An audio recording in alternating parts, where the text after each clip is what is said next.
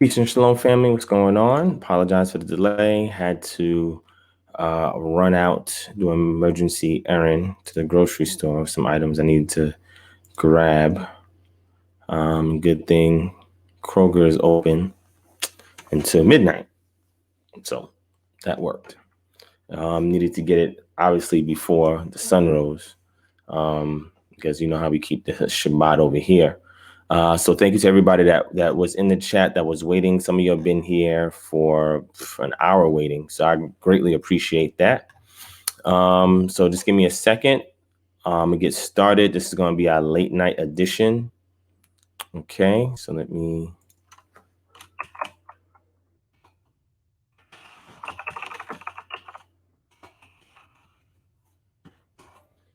All right.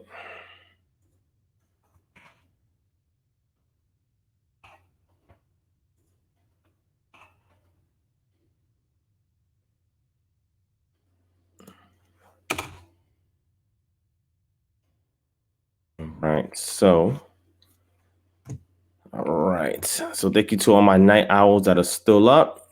What's going on? Thank you for joining me.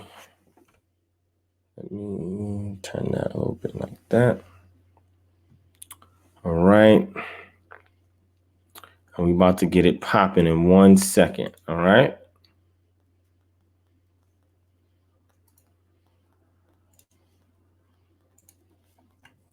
One second. We're going to get it popping. All right. So if the audio and video is on point, hit 1. The audio and video is on point, hit 1. Let me know before I start. I want to make sure there's no quality issues. I want to make sure you guys can hear me clearly. You can see me clearly. Make sure there's no skipping, no delays, no jittering, no none of that. Okay, so just let me know.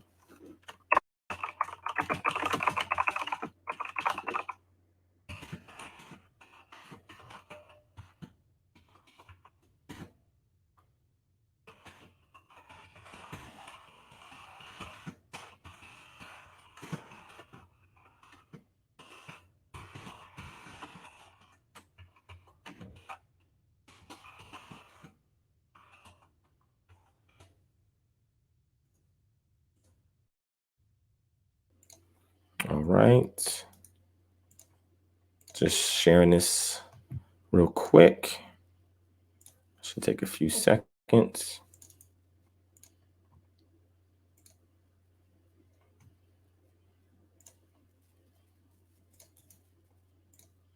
All right, let's try to grab any late night stragglers that are still up and get them into this discussion.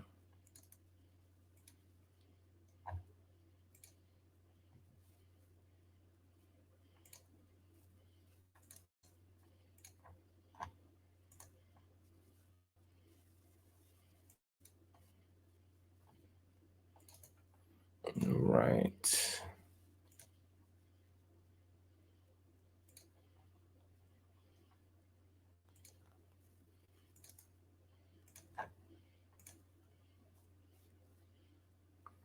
All right, another second.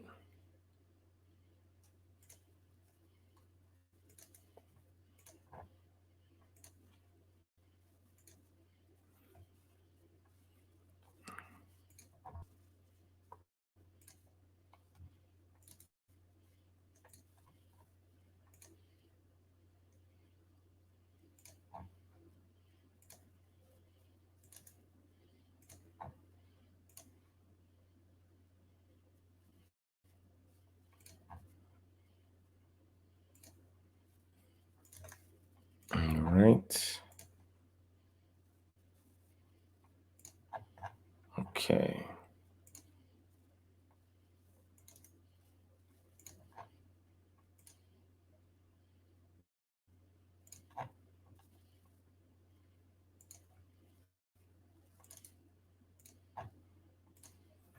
Okay. All right. So everything is good. All right. Cool. I appreciate that, family. Make sure you hit the thumbs up button if you're enjoying this. Share this video. All right. I'm about to get started. Let me give a couple of shout outs to who I see up in the building.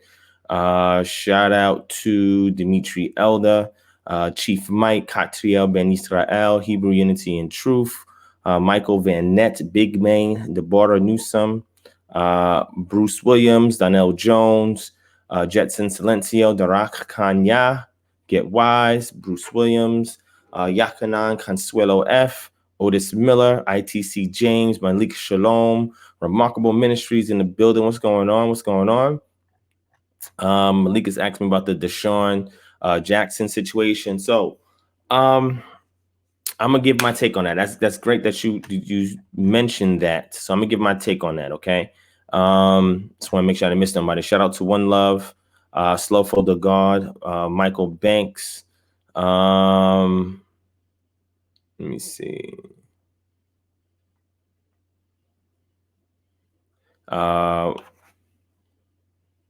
So Michael Banks asked me 2 questions. He said, just wondering, do you measure days by sunset till sunset as recorded in Genesis account?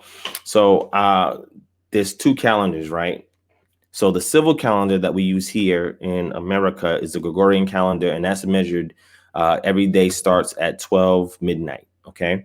And the Hebraic day, it starts at sunset, and then it ends the following sunset, all right? So for me, when it comes to the Shabbat, I hold to the sacerdotal methodological model, or the ancient pre-Israelite cultural model, which is sunset to sunset. And then the daylight portion is the day period in which you rest. That's the Shabbaton, right? Which is diminutive, which means the smaller portion of something.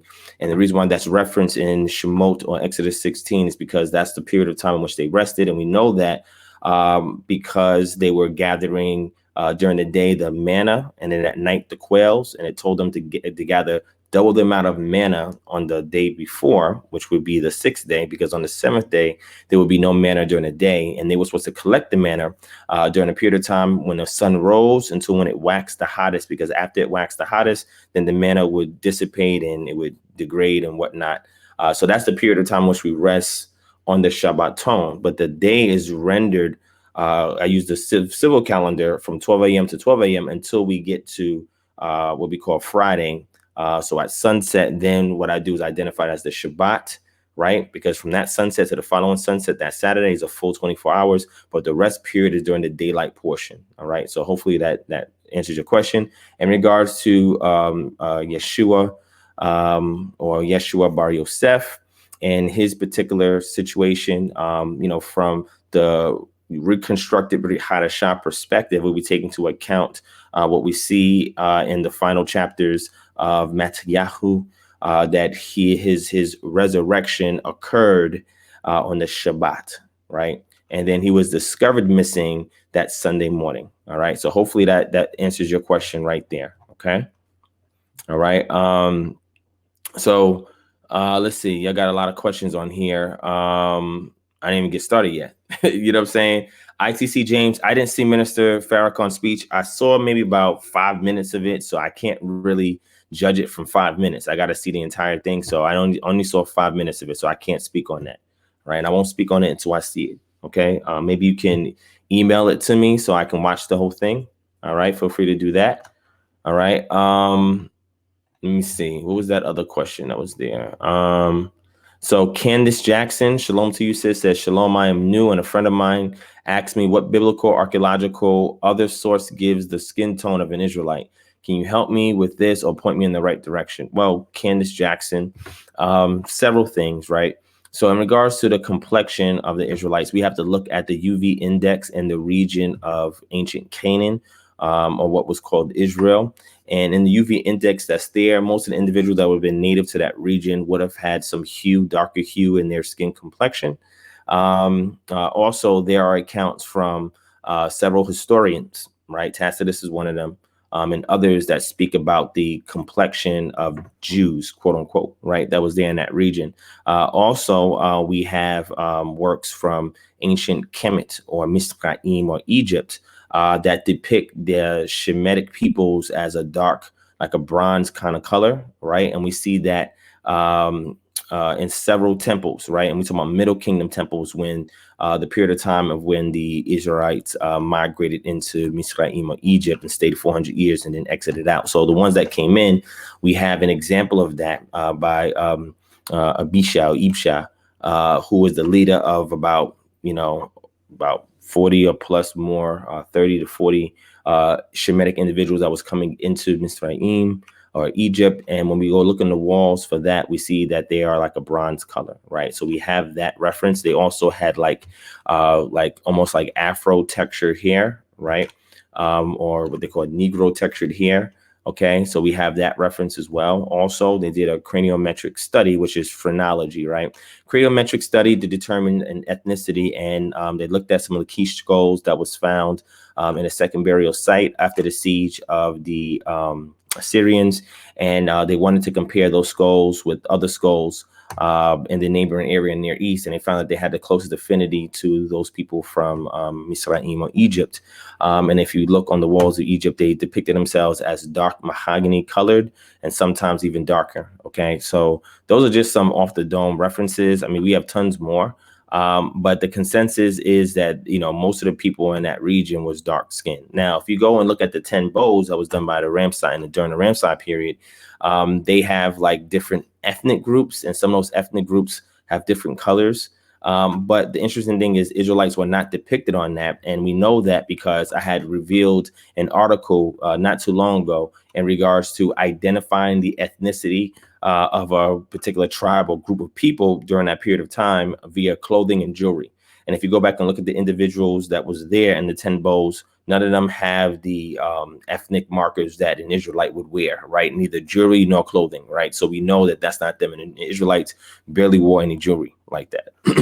So there's various ways that you can, teach to people the complexion of those individuals, right? There's various ways to do so. I'm just giving you some off the dome. If you want any further references, you have to email me at kingdomharbinger@gmail.com or sign up for our Patreon, www.patreon.com/DivineProspect. All that information is down below in the description.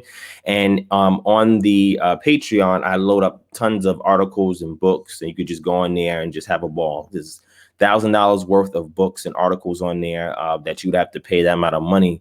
But I give you access to read all of them for free. Okay, maybe you can screenshot a couple of things and give some over to your friends or whatnot. Okay, so hopefully that works. All right, man, y'all waste no time. You asked me a million questions. I didn't even get started with the show. You know what I'm saying? Shout out to Yehosef Ben Israel, Gathering of Israelite Nation, Netherlands. My brother Shema, he said, will there be call-ins? I would like to show you something later.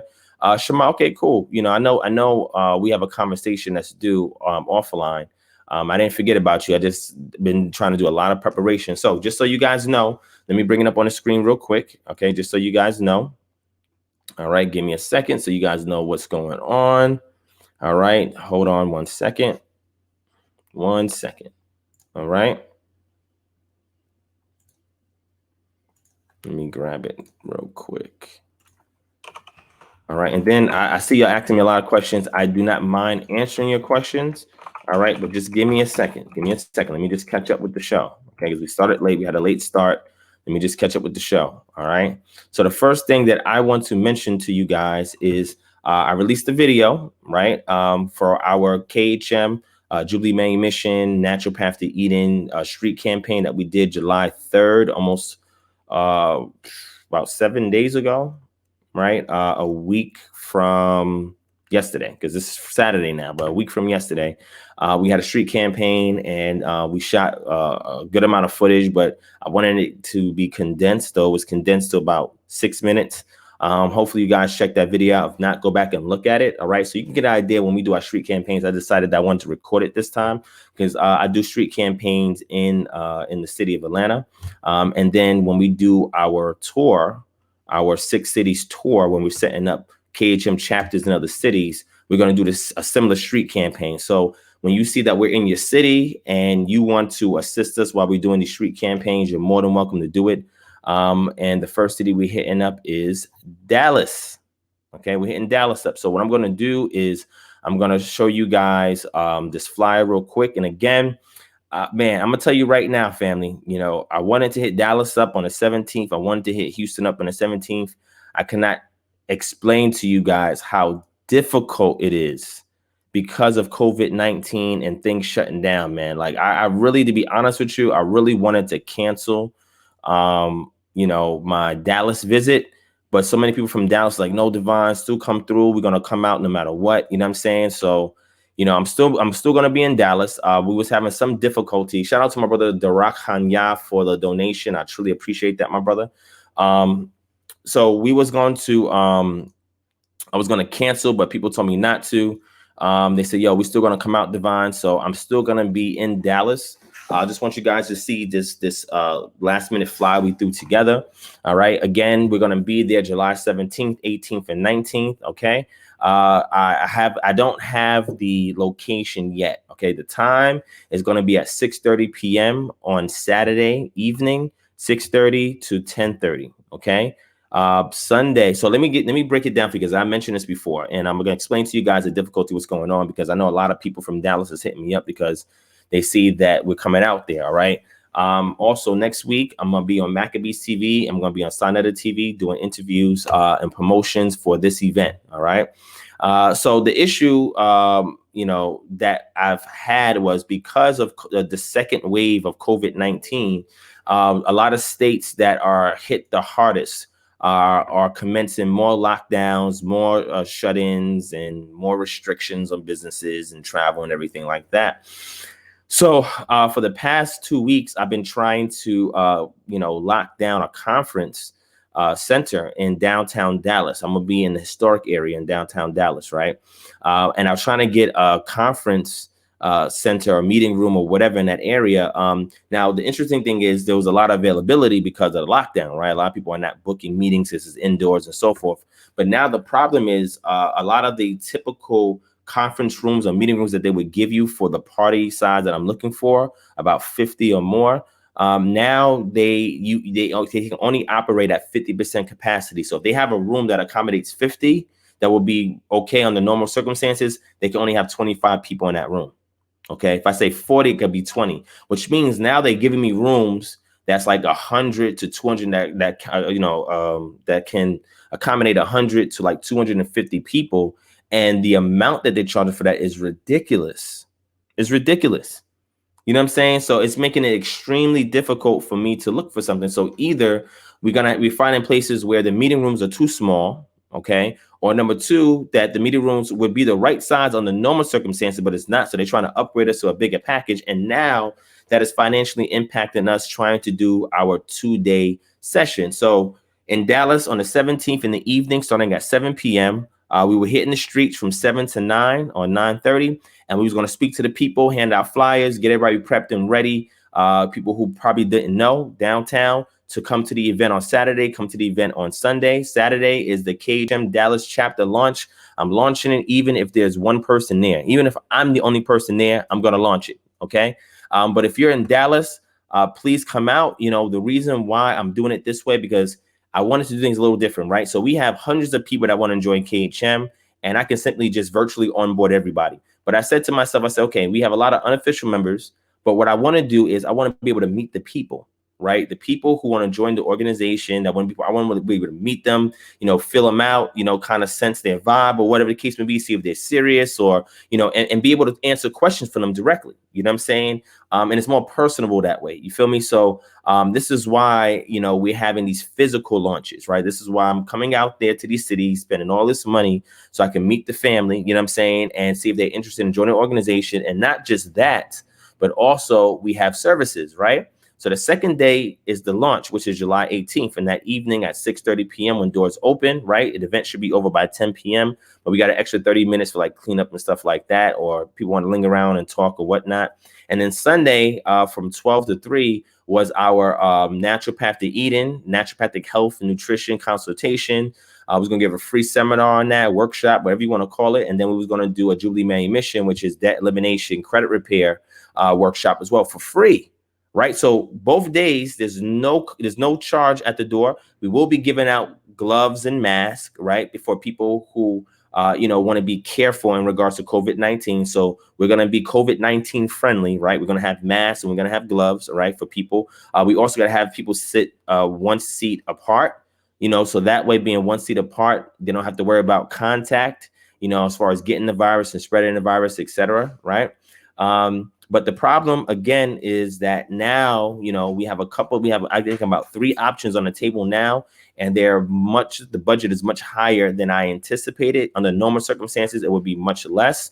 So we might not even do that session on Sunday. So what we're probably going to do, which I did not want to do, but what we're probably going to do to save time is we're going to do everything on Saturday. And then on Sunday, we're going to meet up and have a big brunch, all right, or lunch, whatever it is at that time, right? So that's pretty much what we're going to do for Dallas. I mean, I don't know about Houston. Houston was supposed to be the 24th. Houston might be delayed till further notice, which I did not want to do because I had even more people in Houston saying that they want us to come out there. But if we go, we want to do it right. Like I said, this COVID-19 thing is just making things extremely difficult. I mean, you guys don't know. It's extremely difficult. Flights and everything is extremely difficult. Hotels, all of that. They're operating at 50% capacity now. Same thing with the airlines. Sometimes there's blackout dates. You can't come back when you want to come back. It's really ridiculous now. You know what I'm saying? It's really bad.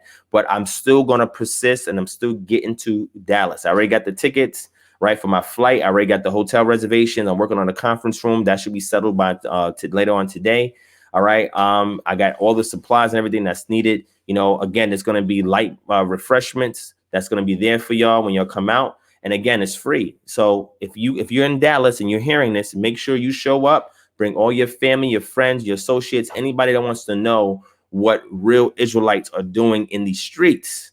They should come and patronize us there because they're going to learn a lot. Those of you who want to get some insight into what we're doing, you guys can definitely check out the video that I did previously when we did our KHM Orlando chapter launch event.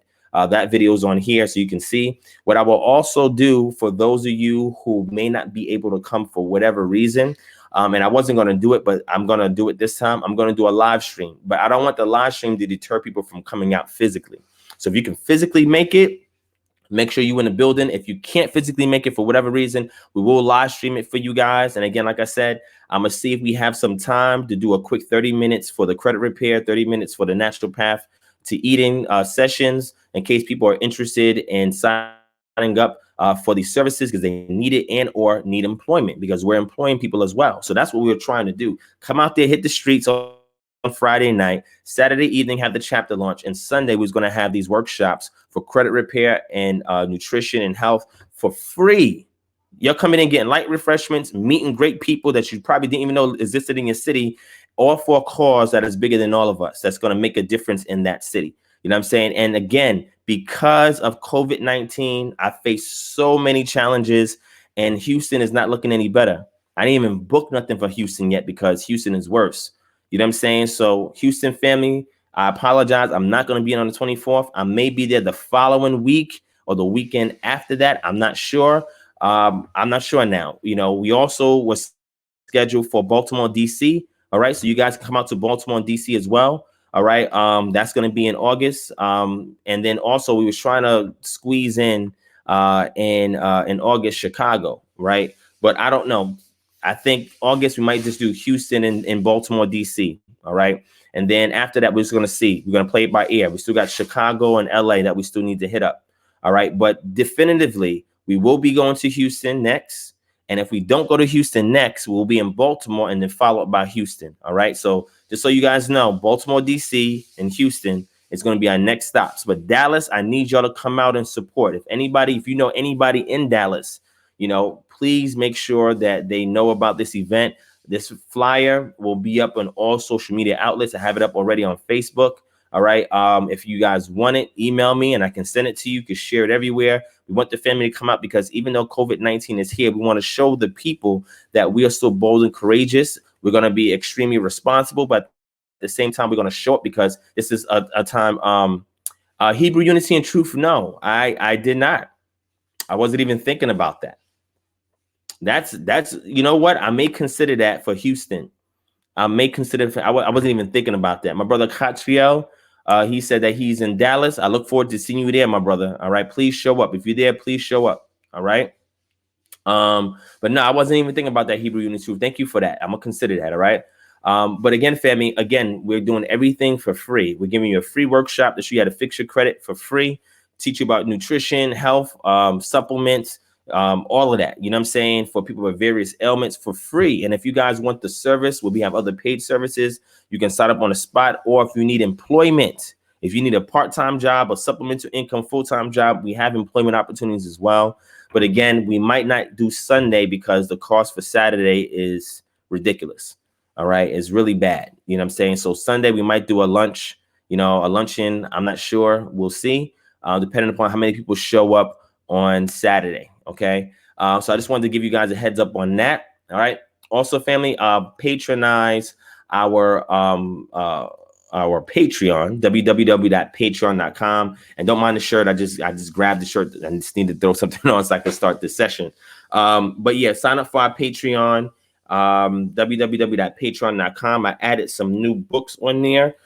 There is matter of fact, let me show you guys. I think this would be cool. Let me show you guys something real quick. I'm gonna show you guys some of the books that I will be adding to Patreon. Okay. And everybody who's a Patreon member in here, you already know how we get down. The after party is like a forever after party on Patreon. You know what I'm saying? After we do our Freestyle Fridays.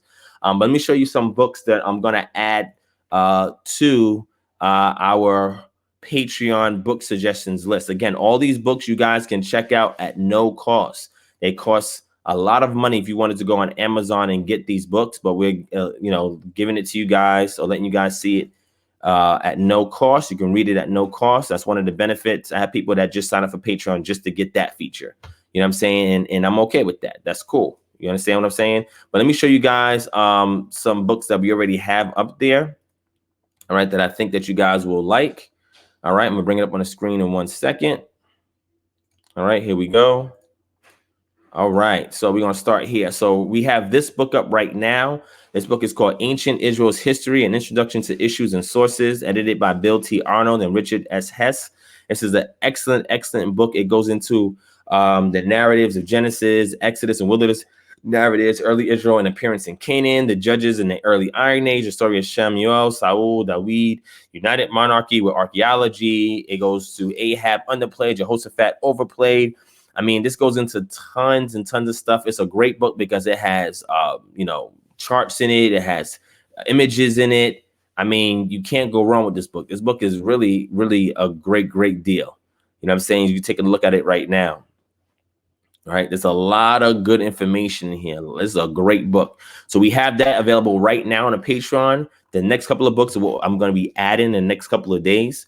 The next one is this right here. It's called the Hebrew Bible, a translation commentary, Robert Alter. This is an excellent Tanakh, excellent translated Tanakh, man. This is excellent, excellent. Okay. The footnotes on it is what really makes it powerful. Like, I'll give you an example. So when it goes to chapter 25, it gives you the actual chapter itself, right? And Esau said to Jacob, let me gulp down some of this red stuff, for I am famished. Therefore is his name called Edom. Or Edom, and Jacob says, sell you now your birthright to me. And then it goes down here, right? And if you click here, it gives you some more detail. So it goes into like translation notes and explanations for stuff. This thing is excellent, excellent. And it's going to be difficult to even get this book in a PDF format. All right, this is an excellent book. Again, you have an opportunity to read it and check it out for yourself. All right, so I'm putting this book up there also. By William G. Devers, called Beyond the Text, an archaeological portrait of ancient Israel and Judah.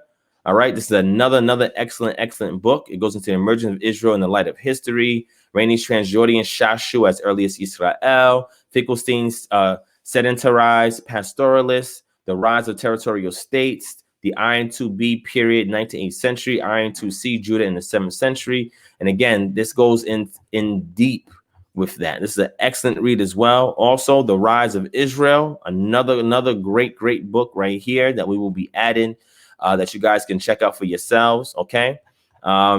This goes into defining the problems where we are in a debate in regards to ancient Israel. It has images as well, gives you archaeological architecture, you know what I'm saying, that you can check out. You know, this is, like I said, these are excellent resources. Another one is called The Military History of Ancient Israel by Richard A. Gabriel. Okay. This one also goes into the military tactics about Israel and their battles and so forth, right? The campaigns of Joshua, wars of Judges, Saul's wars, David and Israelite Empire, Solomon, etc. And it gives you tons of details. You can see this is over 300 pages. 300 pages this book is right here. All right. So anybody that's interested in military tactics and battles and campaigns and so forth, this is an excellent book for y'all. It will be on the Patreon soon. Also, the other one is Ancient Israel and Sinai, the evidence for the authenticity of the wilderness tradition by James K. Hoffmeyer. He has a 3-book series on this. If I'm not mistaken, I have all of them, but this is the one I want to put up in the next couple of days. This helps to authenticate the wilderness wandering. And you can see here, if you can see, I mean, I know it's probably a little small, but if you can see here, it goes into the wilderness tradition, the geography of Exodus, Ramses to the sea, the location of the Red Sea, the mountain god from Egypt to Mount Sinai, etc. All right. So again, all of these books will be available on Patreon for you guys to check out. We already have 50 plus books on there already. We have several articles on there as well. Just sign up, www.patreon.com/DivineProspect, in the description. The link is in the description below, and you will not be disappointed. All right. All right. So let me go back and see what's going on. Yes, and like Slowfo the God said, my brother Yarden, there's exclusive content. We over here, we have tons of early access, exclusive content. We have money giveaways. We have books, we have articles, there's some news things that I have on here. There's a lot of stuff on that Patreon. You will get your investments worth. All right, if you sign up for our Patreon, okay? All right, just call me. Text says, what was the book? Which book? Which book you referring to? Let me know. Christian Mayfield said, too much to read. Shout out to my brother Christian Mayfield, man. He came out here to Atlanta. You know, me and the brother hooked up. Good people's right there, man. So yeah, I mean, we got tons of books, man. More and more is going up. I mean, there will never be a shortage of books that we're going to put on Patreon. I have tons of books and articles, tons. I mean, so many. I've read maybe about 90% of them, but it's just so many that I have. You know, I go back into other folders. I'm like, man, I didn't know I had this book. Man, I didn't know I had that book. I forgot about this book and this article. I just have so much stuff. So what I'm going to do is just share my entire library with the world, right? With those of you who want to sign up for Patreon, you get access to my entire library. I'm going to put every book that I have on there. Every article that I have, I'm putting it on Patreon. All right. So again, you have nothing to lose. And all these questions, a lot of y'all asking, there's books and articles that answer all of that. If you can't get the answer from the lectures that I've done, the live streams that I've done, the videos that I've uploaded, then when you go to Patreon, there's tons of books there and articles that are some of the sources that help me to get to certain positions that I've came to, right? So you'll see all the sources there. All right. Scott Garrett Healy says you need to send them to Deshaun Jackson. All right. So just call me text said, how did you come to believe you were Hebrew? So to answer that question, I just did an interview recently with Jamar Gale. The interview is on this YouTube channel. So all you gotta do is go back 1-2 videos and you'll see his interview where he asked me that question. I answered that question for you. So just call me text. You may be new to this channel. That's all good. Make sure you hit that subscribe button, hit that bell notification and hit all, hit that thumbs up, share this video. And once you're done with all of that, go back to the interview I did with Jamar Gale. It's called Understanding the Hebrew Israelite Culture. All right. And in that interview in the beginning, I answered that question. Even when I had, I think when I spoke to, what's his name? The elder in the building, my elder, Pastor Johnson, one of my good elders that I know, right? Me and him did a show. He explained to me his, awakening story, and I gave my awakening story. So Moray says, what platform are you doing? StreamYard or Zoom? I'm doing StreamYard. All right, I'm doing StreamYard. Okay, that's what I'm doing right now. But I gave my awakening story on that. I think that was like in 2019, early 2019. So check it out, family. Shout out to my brother Roland Walker for the donation. I appreciate that, my brother. Appreciate that. All right, so go back, check out that interview. It's a really, really deep, dynamic interview. I'm gonna be on Maccabee TV this Monday. I'm shutting it down. I'm gonna be a son of the TV. I think Wednesday coming up, I'm shutting it down because when it's time to promote, when it's time to open up these chapters, I go hard because I want the people to come out and see what we're about and to join an organization that has the best interest of the community at hand. we should be at the forefront for change in our communities. And KHM is going to do it if nobody else does it. Even if it's me by myself, I will do it. And nobody helping me. It doesn't matter. I'm going to get it done. All right. So I just wanted to share that with y'all. So again, sign up for the Patreon, get all those books. I'm adding new articles. I just added, I think, 2 new articles. I got 4 more articles I'm about to upload this week. Deep stuff, man. Deep stuff. All right. Deep stuff. All right. So I just want to explain that to y'all. Also, thank you for the people that are still donating to our GoFundMe. We still have the GoFundMe up. We're almost close to reaching our goal. Once we reach our goal, we should be okay. We've helped so many families out. I mean, it's just been a blessing, man. You know, everybody that has donated, I greatly appreciate each and every one of y'all who have donated to this. I'm going to go ahead and bring it up on the screen so you can see, guys, we're getting closer and closer to our goal. All right. We've been helping out so many families. I mean, because right now there's talks about a second stimulus check. All right. The HEROES Act was drafted up by the House of Representatives, which is majority Democratic. But it just sat on the table when it got to the senators' desk. The senators have created the Republicans, who majority is the Senate. They have made their own counter proposal, and now they're going to reconvene on July 20th to decide what they're going to do. In the interim, there's people who have burnt through their unemployment, burnt through their stimulus check, and still can't get a job. Okay, so what we're doing is we're independently raising money so that way we can give it out to the people that's in need. A couple of days ago, we had an individual donate $1,000 to this. So I don't know who this person was, but several families are appreciative of your investment, my brother. Thank you so much. I think it has a name there, but they don't want to say the name, so I'm not going to say the name. But whoever that person was, man, thank you for that donation, man. Thank you so much for that donation. So family, if you guys have it and you're able to donate, do not donate or do not sign up for Patreon or anything if you need the funds to take care of you, your household, your priorities. Take care of all of that first. If there's a surplus and you want to invest in us, then please do so. But take care of you and your family first. All right. That's the most important thing. Okay. But if you guys do want to give, again, the link is down below in the description. I'm going to drop it also here in case you guys are interested. All right. But so far, thank you to everybody who has donated. Thank you guys for helping everybody who may not have been eligible for a check, who's still waiting on a check. I mean, we're changing so many lives because of everybody that's watching and tuning into the show. You guys are making the difference, not me. Right. It's just being done vicariously through me. You understand what I'm saying? I'm doing my best to represent you guys in every circle that I'm in. So that way our voice can be heard and go much further. All right. So I wanted to get that off my plate and let you guys see that. Okay. So remember, family, if you're in Dallas or if you know anybody in Dallas, tell them that KHM will be in Dallas next weekend. And for them to show up, I will have the details soon once I close on a conference call. A conference room, meeting room later on today. Once I close on that, I'll have the details up Saturday evening and then promote it from Saturday all the way until Friday, right before I get there. And then I'm going to promote it when I get there. So every day on social media, I'm going to be promoting the event so we can have all our family come out in Dallas. So that way you can meet some great people. That way you can, come to the workshops. You know what I'm saying? There's free workshops that we're giving. There's nothing at the door. You don't have to pay nothing at the door. The things that we give for our assessments and our consultations for free, you guys to get it there as a group. Okay. So, I mean, you can't miss out. If you never had the street campaign experience, then come and join us, man. Like I said, I have the video of the last video that I have up, that I posted yesterday.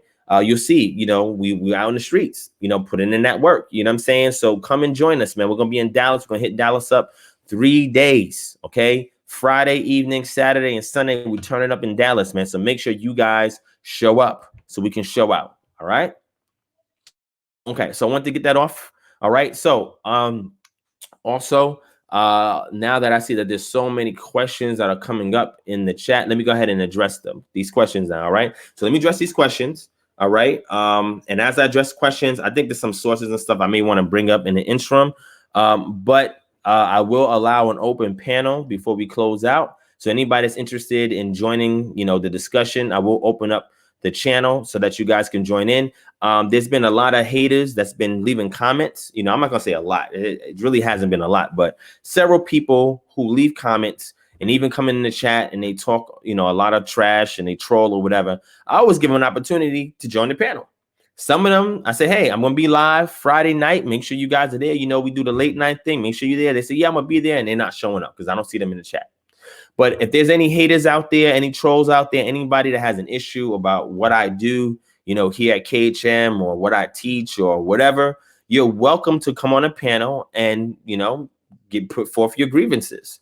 You know, I will cross-examine it. We'll address it. You know, after we get into it or whatever, we can shake hands and, you know, leave off as brothers. You know what I'm saying? Like, you know, like I said, this, I don't take this seriously. You know what I'm saying? Like, they are not the real enemy. You know what I'm saying? So it doesn't bother me like that. I know the real enemy, who the real enemy is. The real enemy is out there and it's for real, for real. All right. Now, in regards to Deshaun Jackson. So I wasn't even aware of the Deshaun Jackson situation until I saw Freestyle Ya'ala do the show. Chris is crazy. Until I saw the Maccabees TV show that he did on Deshaun Jackson. And I went back and I looked at it and I was like, wow. I didn't even know this was going on. So let me speak about that. All right.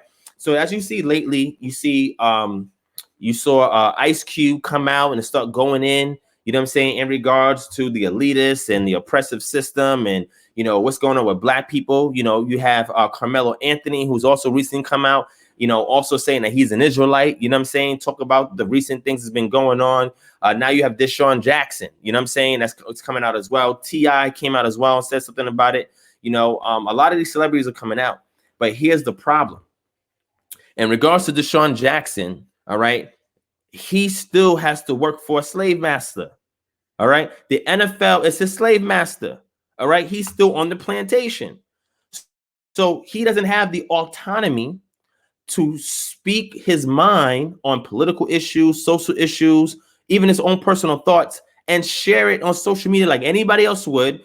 He doesn't have that freedom or liberty to do so because he is under a slave master. Now, if he was a retired NFL player, that's different because they can't do nothing to him. All right. Ice Cube, he's autonomous. He has his own, you know, music label, his own business, his own establishment. He can do that. Same thing with Carmelo Anthony. Carmelo Anthony already put in work. The NFL is a totally different ball game. The NFL is a totally different ball game. The slave masters in the NFL, and I'm calling them the owners of the leagues. They say, oh, we call them slave masters. I'm not saying that they're the literal slave masters. I'm just saying, figuratively speaking, in case somebody wants to see this and try to mix it up, figuratively speaking, they are slave masters. So anytime the slave on a plantation starts to talk too much and the other slaves are getting wind of it, they're going to have to come in hard. And now this is what's happening. And it's crazy because he should have gotten a pass given the current social crisis that we're going on in regards to racial injustice, in regards to all these conglomerates and corporations saying, yeah, Black Lives Matter, and Netflix having a BLM category, and Amazon, when you first come there, say, yeah, we support Black lives, and PayPal saying we want to invest in Black businesses. And then now you have all these businesses that are corporations that are giving, you know, their employees Juneteenth off. And, you know, you have all this stuff going on. You have Black people continuously getting killed by the cops and getting killed by each other. Right. So why can't he get it passed when he speaks on it? But then you got to go back and look at the history of the NFL. It's crazy because the NFL made a statement about what was going on in regards to racial injustice. And it's crazy because I saw a show, trying to think about what the name of the show. But there was a individual on the show that they were interviewing, and they asked him, well, how do you feel about, you know, the NFL statement, you know, in regards to, yeah, we support Black lives and the freedom of speech for Black people, or whatever the case it was that they said. She says, yo, it's a joke. She said, I don't believe that. Y'all saw how they persecuted NFL players from taking a knee and you know, being all pro-Black and wanted to do stuff about racial injustice and police brutality. You saw how they lynched those individuals. So the NFL is just putting out the statement to appease the people of color that patronize their business. But you know it was a front because you saw just what happened to Deshaun Jackson. Now they're saying he's anti-Semitic. How is he anti-Semitic? Because he's sharing his personal thoughts on his own social media platform. But that's what happens when you're not autonomous. When you're still working for the slave master, you're still under contract. They want you to be a good little boy. Want you to be a good little slave. All right. You go in there, you let us check you out to make sure you're physically in shape. You go do your practice. You shut your mouth politically. You stay out of trouble. You do what we tell you to do, and we pay you. The NFL is a different ball game. So what I would say to any NFL player who wants to speak about the truth, be diplomatic, be tactful, be wise, because there's other ways that you can convey what's on your mind without it looking like a brazen attack. See, that's why I move the way I do. And the reason why I move the way I do is so that I can make it to certain circles, so I can bring our voice in different areas that they wouldn't listen to because it's brothers on the street or they see videos about Israelites and they're turned off about it. My job is to be the think tank, to do social engineering, to get our people to go in a particular direction so that way we can enact change in the community, and to be a voice to other circles who otherwise, whether it's academia, whether it's in the activism realm, whether it's in political realm, to bring our voice into these areas. So I move different. So certain things I'm just not going to come out and say publicly, right? Certain things I'll reserve for behind the scenes conversations, offline conversations. You know what I'm saying? So when you're in the NFL and you know the truth about what's going on, you have to be extremely tactful, because as long as they got you on contract, as long as they're paying your bills, there's certain things you just cannot say, you cannot do. When you retire, that's different. If you quit, that's different. But while you're on a contract and they're paying you, you have to be diplomatic. So I reached out to the brother Deshaun Jackson on Instagram. I sent him inboxed him a message. You know what I'm saying? He may or may not see it. I don't know. We'll see what happens. But it's just words of encouragement. You know what I'm saying? But again, I did not agree with what he put out, because knowing the NFL, that is not the way to disseminate your thoughts, because they watch everything you do. You're going to get scrutinized. You're going to get lynched. You're going to get whooped. That's just what they're going to do. So you have to find other means to convey. So my position is, when I talk about our Israelite identity, right, I do it from a perspective where I'm focusing on the scholarship and reconstructing, restoring the cultural element through scholarship, right?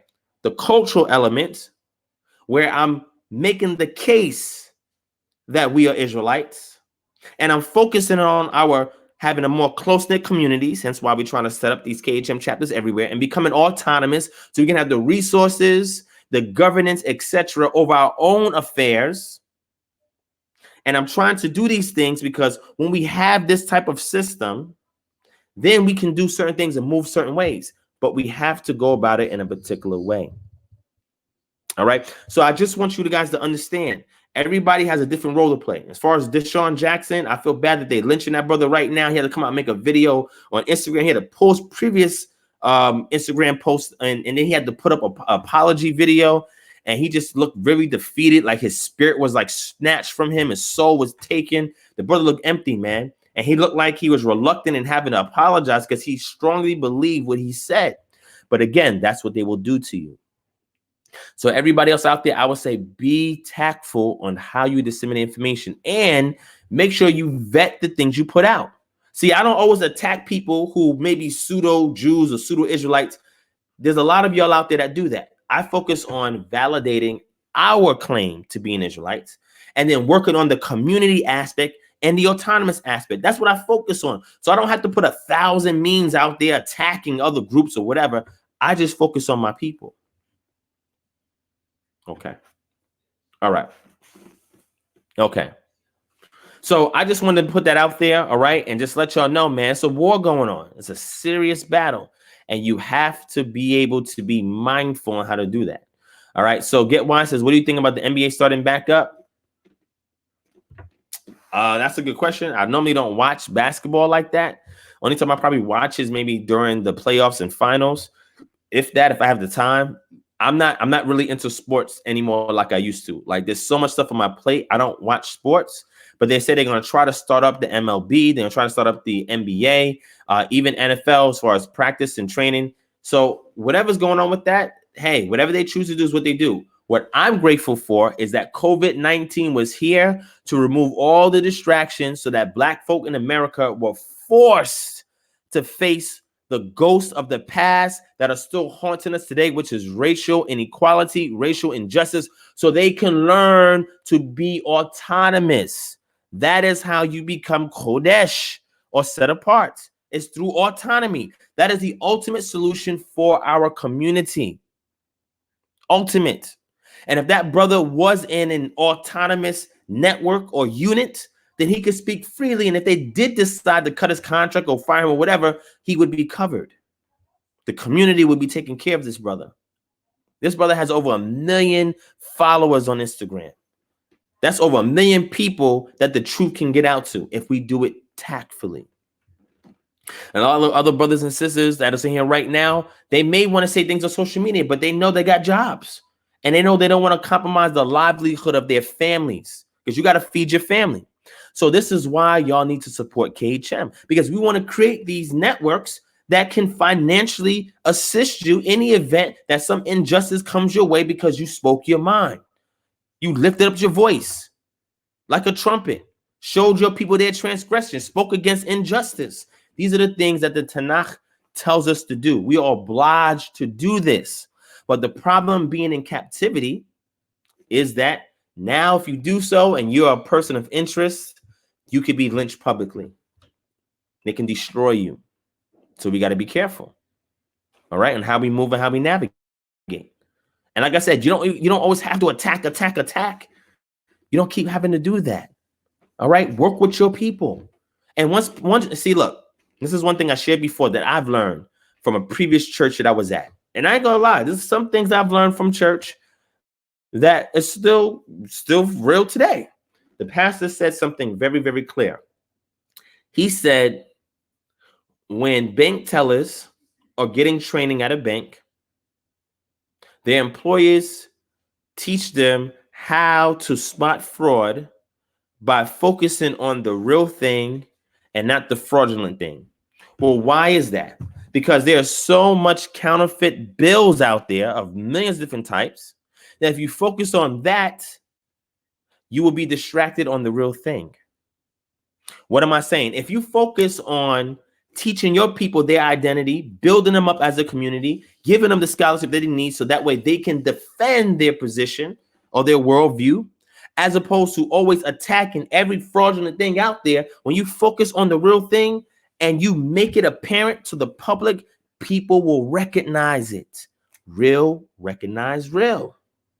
So that's why I do what I do. Brother say, oh, Divine, you ain't gonna speak on this. You're gonna, brother, I got a community to build. I got the lost sheep. I got to wake up. I got the dead bones in the dry valley. That's what I'm focusing on. So anybody that's an imposter, whatever, y'all deal with that. Go ahead, y'all deal with that. I'm working on my community. I'm working on my people. I'm working on what Yah has designated for us to do. And that is important. So if anybody who's a celebrity that is, interested about this Israelite walk and trying to reconnect yourself to it, but you cannot say what you need to say, reach out to us. Support us. We'll be your voice, because we have nothing to lose here. We have everything to gain. Y'all have too much to lose. So don't let it be you sacrificing your livelihood because you want to come out with the truth. Support organizations that will do it for you. And you don't even have to be named publicly. Support us behind closed doors. That's all you got to do. And we'll make sure we get the word out to everybody that you wanted to get out to. If you want to let us on your platform to speak, let us do the speaking. You ain't got to say a word. We'll do it for you. It's that simple. So we're willing to take the heat off of celebrities by being your voice. I'm willing to take a chance on that. KHM, we're willing to take a chance on that. We'll take the brunt. We'll be the sacrificial lamb for the community so that you guys don't lose your livelihood, because you guys are in an affluent position to continue to fund this thing. You guys. So we don't want to risk y'all. Y'all have a role to play. All right? Play your role. We'll play our role. We'll work together, partner up, and we'll get the job done together as a team. That's how it works. All right. So with that, family, let's move on. I'm going to move on from that point. So whoever asked me about Deshaun Jackson, hopefully I gave you enough feedback on my position for it, on it, and it satisfied whatever your inquiry was. All right. Let me see. Any other questions that you guys have? I see a lot of questions if I scroll up. Do you guys have any other questions? Let me address any other questions that you guys have. Now, also, I have some resources that I think you guys might like. Okay, and let me see if I can find them. Yeah, let me show you guys this. This is great. This is an excellent article. All right. Let me show y'all this. Watch this. Let me show you guys this. All right, while y'all get your questions together, let me show you guys this. All right. Let me zoom in. All right. So here's the article. It's called Mother and Child Figurines in the Levant from the Late Bronze Age to the Persian Period. Now, I mentioned what JPS is on here before. You know what JPS is? If anybody knows what a JPS is, put that in the chat. Okay. And if you get it right, I'll give you an Amazon gift card. Right here it is. You want an Amazon gift card? Put in the chat what JPS is. All right. I mentioned this before on this channel. I even had a debate with a brother in regards to this. But anyway, this article will be posted soon on Patreon. But what I want to stress is the misogyny that is in some Israelite circles today. See, what happens is when you do not understand the text within its cultural and historical background, and you can harmonize what's in the text with what you find in the material culture of archaeology, when you're unable to do that, you come to certain conclusions that are not authenticated by the data that is there, right? These are worldviews that you have obtained, right? That becomes, presuppositional in your mind. And when you dispense it to the public, people who know the entire data, who are holistic with their research, can see the error in what you're saying. Well, what are you saying, Divine? What I'm saying is this. I went in here, had a discussion with you guys in regards to figurines, okay? And I explained to you guys that there were terracotta figurines. If you know what a JPS is, I'm not talking about JPS as far as the Bible translation JPS. That's not what I'm talking about. JPS stands for something, and it's connected to Judah and figurines. Look it up. Okay, I mentioned this before on the channel. Let me see who's really paying attention, and you have a gift card coming your way if you can figure that out. All right. So terracottas are earth-based figurines that's created. They were not created to be idols. They weren't worshipped as idols. They were talismans, right? They were objects that they believe assisted with day-to-day rituals, routines, etc. They were not worshipped. They were not idols. Also, when you go into the teraphim, it's interesting too when you examine the teraphim, because all teraphims were not idols either. Teraphims was never initially set up to be an idol. It developed into that over time when the state of man was degraded and everyone did was right in his own eyes. Then they started to worship things that had a totally different function. Okay. But the reason why I'm bringing this out is because if you look in ancient Judah, and you look at all the figurines, almost all the figurines that they found that was in the semblance of a human being. Because remember, they took out a lot of details, right? Because they didn't want to create it so that it would be worshipped. Okay. But most of those JPS and most of those figurines were of women. Women.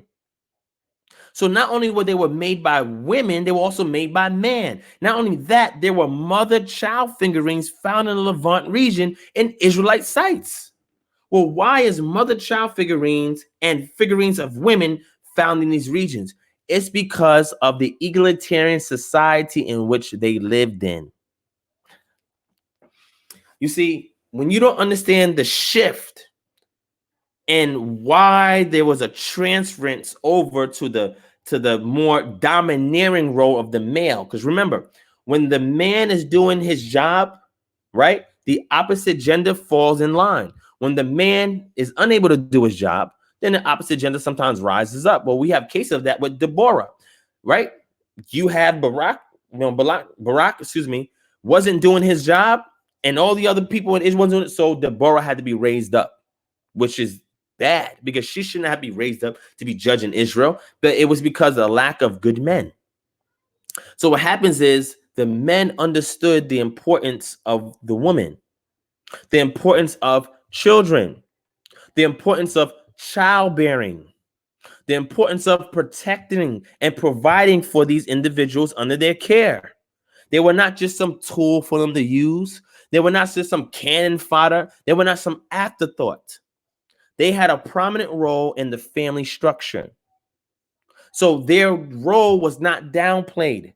Their role wasn't second thoughts. Like, okay, we're not even going to think about them. They don't really count. That's not how egalitarian society exists. Egalitarian society is one that deals in equity with each member of the family, the mother, the father, and the children. And this is why when I brought out this information for y'all before, you understand the importance of the role of the women and the children in the family unit. And like I said again, it's because of Judeo-Christian values that the role of the woman has been demeaned. Yes, I said it. That's the truth. And if anybody wants to debate that with me, feel free to do so. Does that mean that we're taking the woman and putting her over the man? That's not what we're doing. And that's not what we're saying. I have a series coming out. It's called Back to Basics. The first video in that series, and again, it's going to be a Patreon exclusive only. So you got to sign up for Patreon to get this, right? That doesn't mean I'm not going to talk about it on this YouTube channel, because I will, but I'm going to have a series that I'm going to do. Death to Dogma and Back to Basics. In Back to Basics, the first video that I'll be doing, and again, you will only see this on Patreon. The first video I'm going to do is I'm going to speak about this one. I'm not going to say it's a legend, a myth, it's a custom or whatever, but this one idea is, does the man eat first before the woman and children? If so, why? If not, then okay. I want to address that because when you understand the roles that each party plays, then you'll understand the cultural paradigms around that role. In that video, I'm going to explain to you this one custom that is some Israelites do it, but I'm going to go deep into it. And I'm going to explain it for what it is because I've never seen nobody really unpack it that way. And I'm going to do it. And we're going to deal with a lot of the basic things that we should know as part of Israelite culture. And I'm going to go do it in Back to Basics.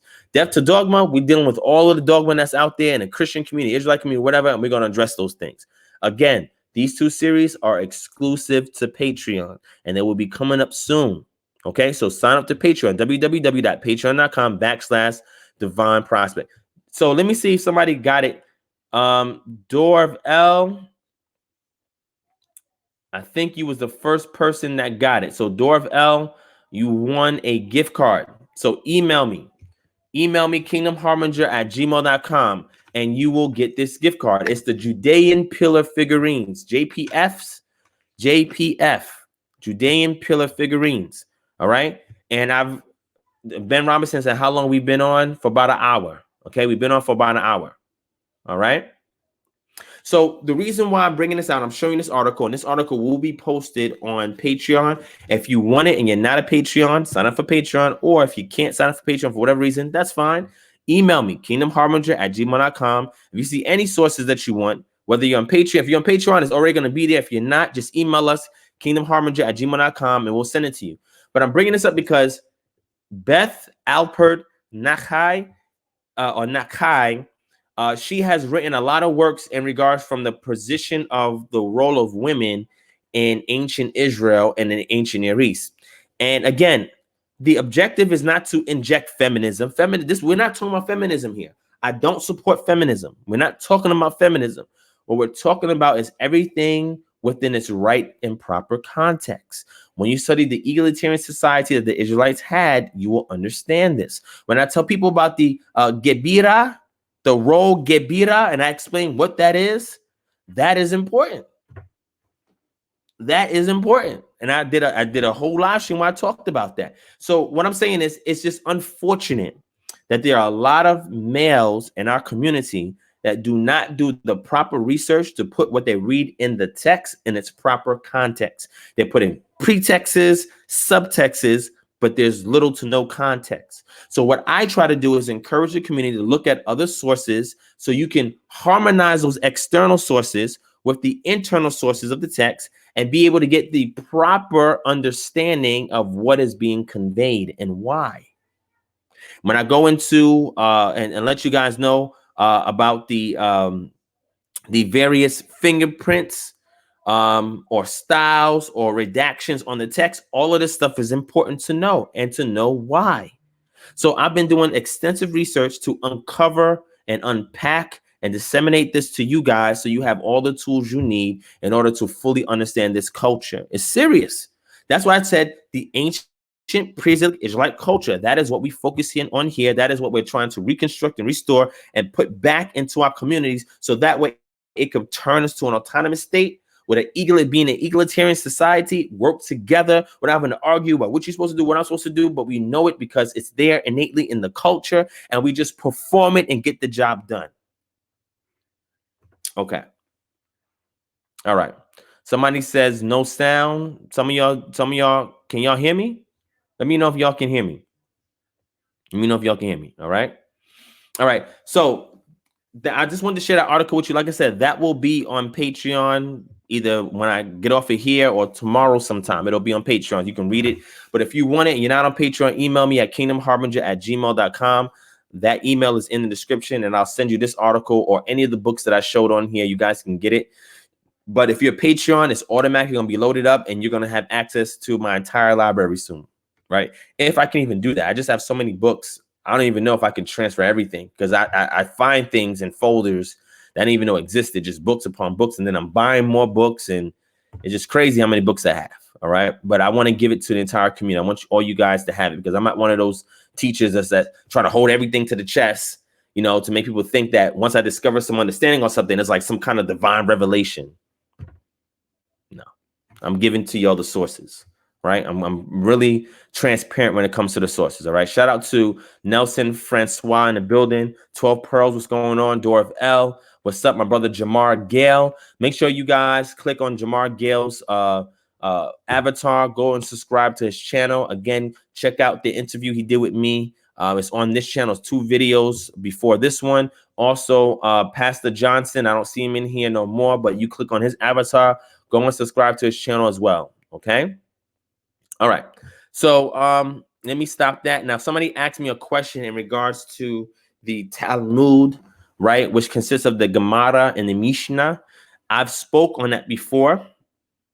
All right. Jack Maxson, with so many of us waking up today, how important do you feel is it to codify a halakha? Sometimes I feel there's a now what moment after waking up and there are a flood of doctrine. All right. So I did a lecture in July when I was in Detroit for the Great Awakening event. It's called Awakened Now What? Go back and check that video out. Any of my admins or anybody that's following me on here, go look that video up and please post it in the chat. Now, in regards to halakha, the Talmud, which consists of the Gemara and Mishnah, people say, oh, is that our book? Is that our book? Is that our book? I have a lecture on here that's called How Do We Walk It Out? All right. Matter of fact, let me find that video. I'll find that video. And I'll bring it out to y'all. Okay.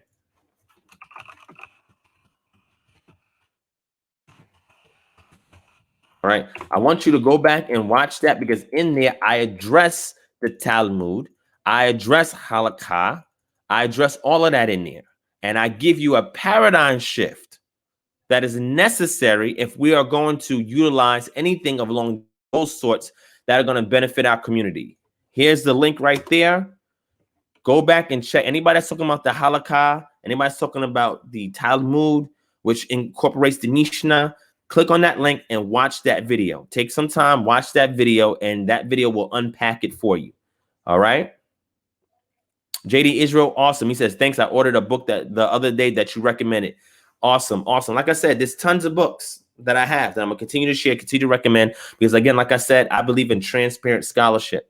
I'm not going to come on here and let y'all think that all of these things that I'm sharing y'all are just something that dropped out the sky. Now, some things drop out the sky, figuratively speaking. Some things I get epiphanies on, right? That's unique to me, because even with all of this data, you still got to sort through the data and make sense of it.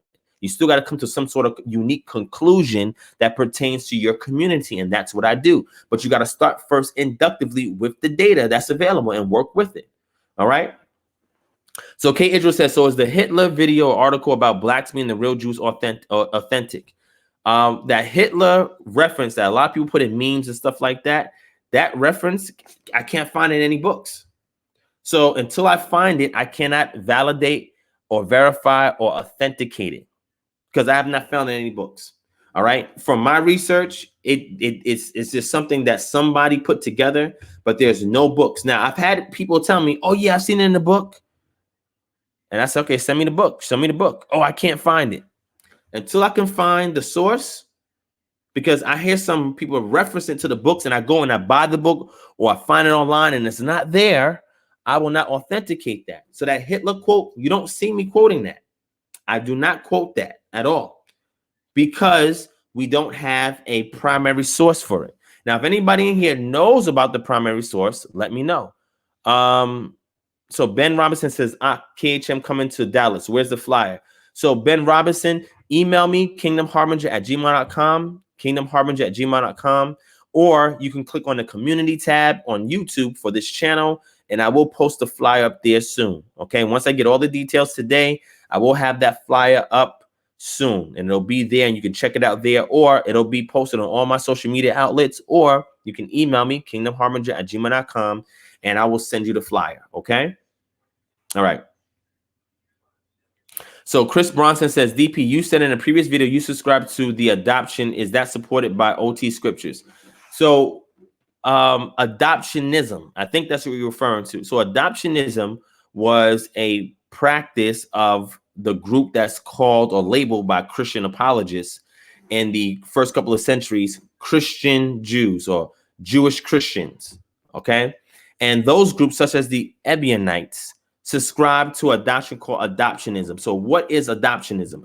Adoptionism is the position that is held that says that Yeshua Bar Yosef, he was born a birth just like anybody else with a mother and a father coming together, but he was imbued with an essence when he was baptized. And we see that in the scriptures, okay? When he was born, I don't subscribe to the virgin birth at all. I don't subscribe to the virgin birth at all. And I've been very frank, very clear on that.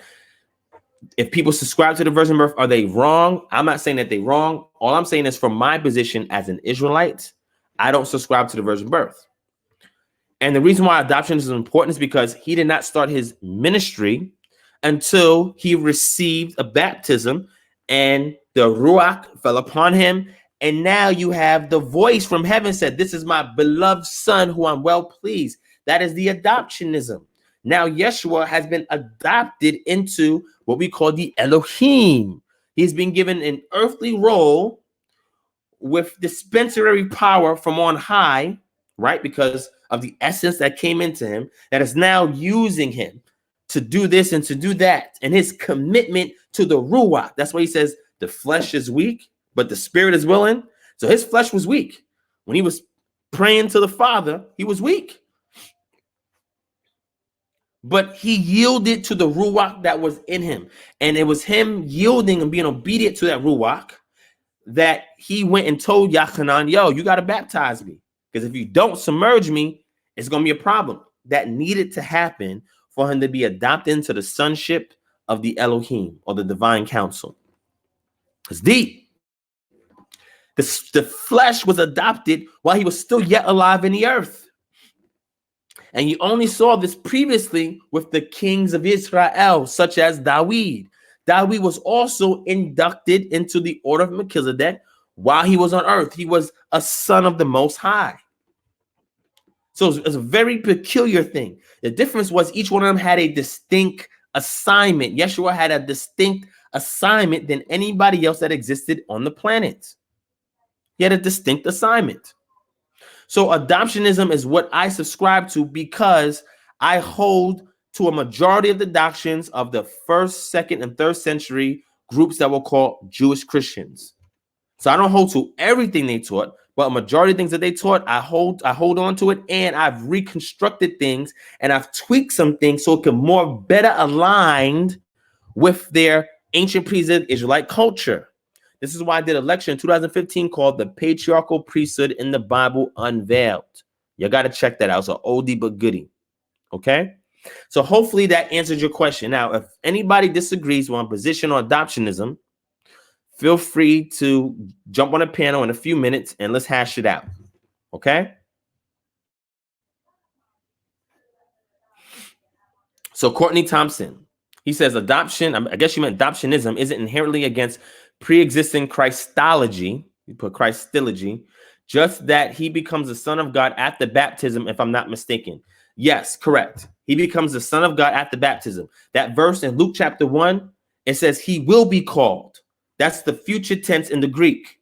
He wasn't called the son of God at birth. He will be called the son of God. And when he's baptized, that is when he becomes the son of the Most High. All right. So book, chapter, and verse. Shout out to book, chapter, and verse. Says, what about Egyptian President Gamal Abdel Nasser's quote? Is it authentic? Again, I cannot validate it. I don't have any recordings of him saying it, and I don't see any publications, authentic publications of him saying that. If you guys have it, give it to me, but I don't want to push that out there if I cannot authenticate it.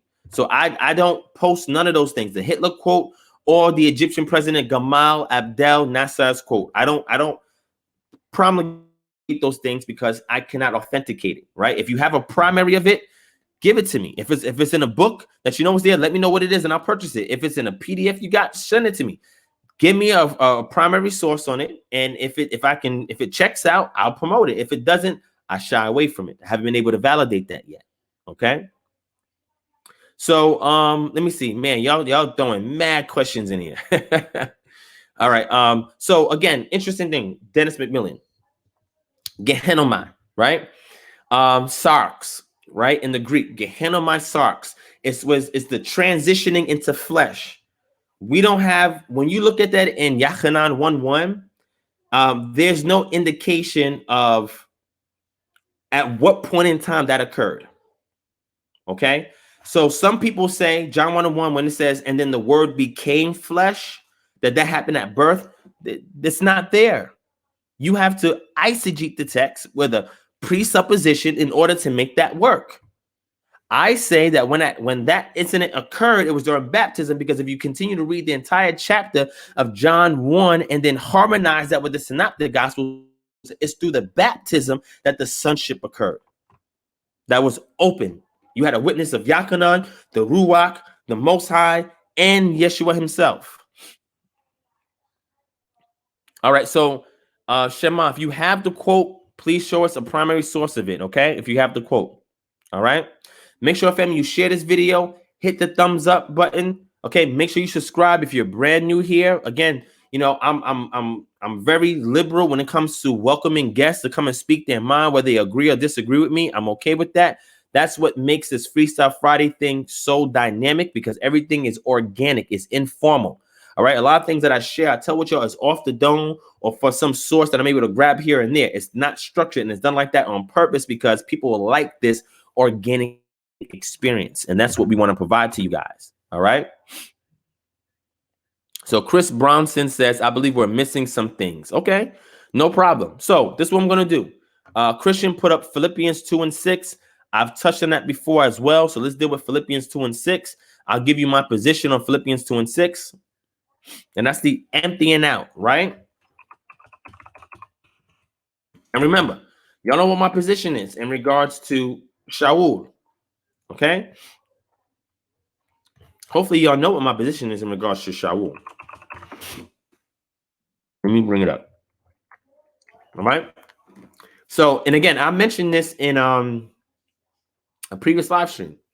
Philippians 2:5 says, having this mind among yourselves, which is yours in the Mashiach Yeshua, who, though he was in the form of God, did not count equality with God a thing to be grasped, but emptied himself by taking the form of a servant, being born in the likeness of men. Okay. So there's two things that can be discussed here from my position that I believe is contextually consistent. It's either one, when he was imbued with the Ruach and inducted into the sonship of the divine council, he had a power that he could have executed on the earth. Like when he was on trial, he said, if I wanted to, I can call a legion of angels to come and just hail out judgment on y'all. Or when the sons of Zebedee came to him and said, oh, you know, you're not going to judge, let's call for fire from heaven. He had that power and ability to do what Elijah did, right? But he did not count that power to be equal or that equality with Yah, having that power and authority, that the divine counsel can also dispense on behalf of the Most High, a thing to be grasped. But he emptied himself. He became a servant to the point where he went and washed feet. He went and helped the lepers, and he went and helped the people that was in need. He didn't have to do any of that, but he chose to do that so that way he can give people a taste of the kingdom that is to come. So that is number one. Number two, if you guys watch part 4 of my last lecture, which is El Shaddai, Yod-Heh-Wav-Heh, El Elyon, 3 of a kind of one and the same, I explained to you what my position is in regards to the deity of Yeshua, the divinity of Yeshua. And what I say is that through adoptionism, that is when he received his divinity, and it is that messenger of Yod-Heh-Wav-Heh, or the messenger of El, that then came and used that body to do everything that it's been doing. I do not subscribe to the second person of the Trinity, which is God the Son. That is not my position. I understand that position fully. If you don't believe that I know what that is, go back and just type in Trinity, DivineProspect. You're going to see me speaking on the Trinity. I give out Trinity the way Orthodoxy Christianity teaches it, and I understand it fully, but I do not subscribe to it.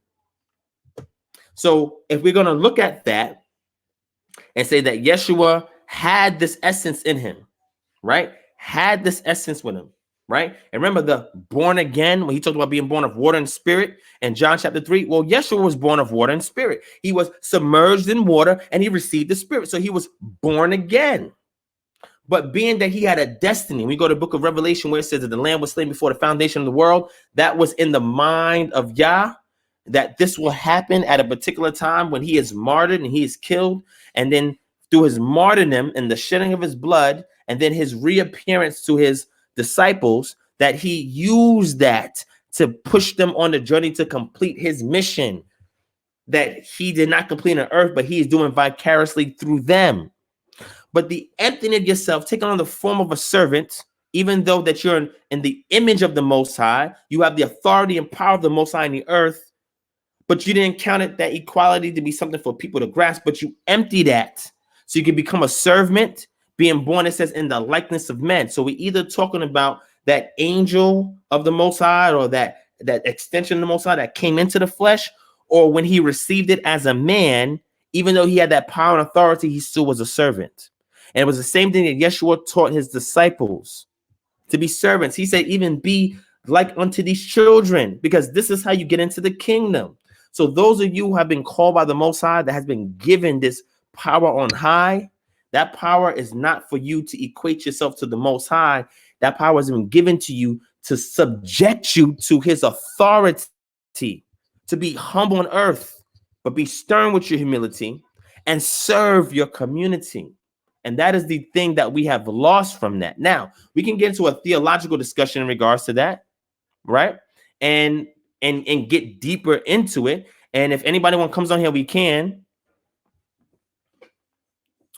Courtney Thompson, now you're trolling. Okay? There's no need to troll. No need to troll. Okay? No need to troll. All right? I don't even know why you're trolling. Okay? I know what your position is. You are a hardcore Orthodox Christian. I understand that. All right. You're somebody that prides himself in knowing the Greek and textual criticism. That's cool. I delve into that as well. But you don't have to be just ridiculous by doing that. Okay. You don't have to be ridiculous by doing it. There's no need for you to take shots like that, because I'm not taking no shots at you. And if you keep doing it, then you will be blocked. It's that simple, because you should know better. I expect more from you. I really do expect more for you. There's no need for you to have done that. All right. All right. So anyway, let's keep moving. Let's keep moving on. All right. Yeah, I agree. He would have deleted it, but he chose not to. He's being funny. He's being extremely funny, and it's disrespectful. And if you do it again, I will block you. It's that simple. I might put you in a little timeout first. Like, you put little kids in a timeout. I might sun you and put you in timeout. And then if you do it again, I'll block you. How about we do it like that? All right, let's see if you have some humility. Let's see if you're willing to be a servant like Yeshua. Let's see. All right. So let me go back and let me address some things that people are really putting out, in sincerity. Shout out to King Robo in the building. All right, K Israel, what's going on? Let me see. Who else is here? Even King David, the Lucid Fire. You're welcome to join the panel, my brother. You're welcome. All right. And I've been putting that out there for you for a long time. Thank you, Yarden. He put him in timeout. All right. You just got sun, Courtney. So he's going to sit in timeout for a little bit. You're in the little kiddies corner now. Stay in the kiddies corner for a little bit. Think about what you did, and then you can come back. All right. Then you can come back. All right. All right. So let's keep going. All right. So Akweti, shout out to Akweti. I'm a Moray Akweti in the building. What's going on, Moray? He says, do you agree the prologue of John was a pre-existing poem the author found compatible to view, so incorporating his work? Yes. And this is why I speak about Philos of Alexandria. Matter of fact, I did a lecture in 2017 in regards to the prologue of John chapter 1, and I explained this. And I also says that some scholars say that prologue was added by the Johannine community, the successors to Yochanan, that they took that and they added it there because they were warring against Gnosticism. Because remember, that prologue is not part of the narrative. It's separate from the narrative. So it's something that was added to the narrative, so that way it can predispose you before you get into the narrative.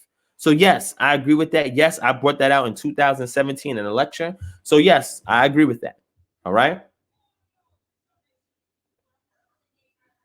So King David, Lucifer, if you subscribe to the virgin birth predicated on that pretense, then feel free to join the panel and let's rap. All right. Now, typically I'll put the link in the chat. I probably am, but I don't want trolls like Courtney to jump in. Courtney, again, I had respect from you until you decided to be disrespectful. Now there's no respect now. Now there's no respect. Now you're not welcome to my open panel discussion. You're welcome to come back and leave stuff in the chat. I have no problem with that. But if you get out of line again, I will block you. All right. So one of my mods already sat you in the kiddies corner. So let's have some time in your time out to think about it, and then come back, be respectful, and let's deal like men. Let's be adults about this. We ain't got to be little kids, because I didn't take no shots at you. All right. Make sure you guys hit the thumbs up button. Make sure you guys hit the thumbs up button. All right. Hit subscribe, share this video. You see the trolls are getting upset. They're getting bothered, upset and bothered. And that's what happens. When this information comes out, they get bothered. It's okay. Again, we are looking at the text from a cultural paradigm, because your culture dictates your spirituality. Your culture dictates your spirituality. Hence why it's important to reconstruct and restore the appropriate culture, so that way your spirituality is in line with the cultural mandates of the I would say the predecessors that put it in motion. So that way when you receive it, you wake up and you're walking in alignment the way that they walked in it. You don't have to take your contemporary presuppositions and what you think and how you interpret from modern day terms. This is why I tell people the most important thing is go back to cultural understanding of the text. And I tell people who identify America as Israelites, you cannot jump over West Africa and land in Israel and say, okay, this is how I'm reconstructing the culture. It doesn't work that way. The preservation of our culture is in West Africa, because that is where our people spend most of their time before they came over here to Americas. Matter of fact, they spent more time in Africa than they did in Israel. So you can't just leapfrog over West Africa when the time capsule was left right there. This is why I continuously unpack what's there and use that to help to reconstruct what we lost from Israel. That is the appropriate approach. I know some people may not agree with that, but again, if you have a beef with it, if you have an issue with it, the panel will be open in a few minutes. Bring your grievances and let's deal. Okay? So again, we're not supporting any misogyny of any kind of way. So if there's any Israelite misogynist, feel free to jump on the panel. We can talk about it. And I'm going to show you historically, contextually, and culturally what an egalitarian society was. I'm going to show you some stuff. Number two, if you have issues in regards to what I said about the prologue of John chapter 1, let's talk about it. 3, if you have an issue with adoptionism, let's deal with it. 4, I was asked about the adoptionism. Is it in the Tanakh? Yes, adoptionism is in the Tanakh. It's there. And I gave the example of Dawid. He was called the son of the Most High. Okay. All right. Okay.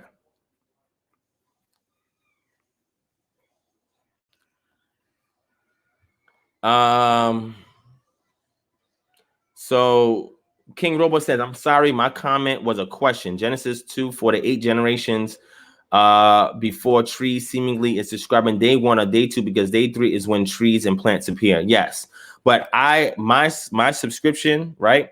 I'm a theistic evolutionist, right? So my position is when you see those days, yom, those are periods of time, right? And those periods of time was indicative between how long the day and the night was. Now, is the day and the night in creation the same as the day and the night now? I argue and I say no. I believe that some terraforming has been done to the earth. And I believe that some climatic forming has been done to the atmosphere. And that has reduced time. This is why when you look in the scriptures and you see people living for all of these hundreds of years or whatever, and then you see Genesis 6 when the Most High says that my spirit will no longer strive with man, but that his lifespan's going to be cut short to 120 years. It's because there's some changes that happen. So the way we account a day during the antediluvian period is going to be different than the way days are counted now. However, still using that example of that 7 days of creation is still used to mark out the time of days that we have today. It's just a much more greater reduction in time.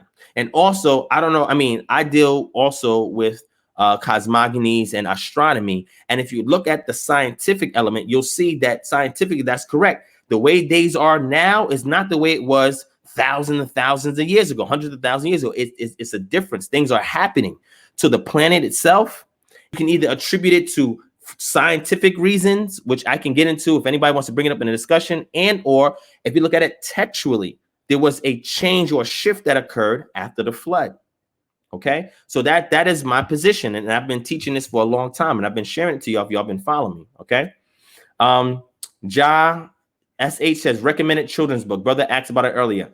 Children's books. Okay, so just so you know, in the fall we are working on a digital interactive children's book. Okay, it will be an app that you can download if you have Google Play or if you have the Apple App Store. We are going to work on the app. I already laid out the concept. So what I'm doing right now is working with some developers so we can put the app together. And that will be the greatest app for Israelite children in our community. I know, but there's a reason why I say that.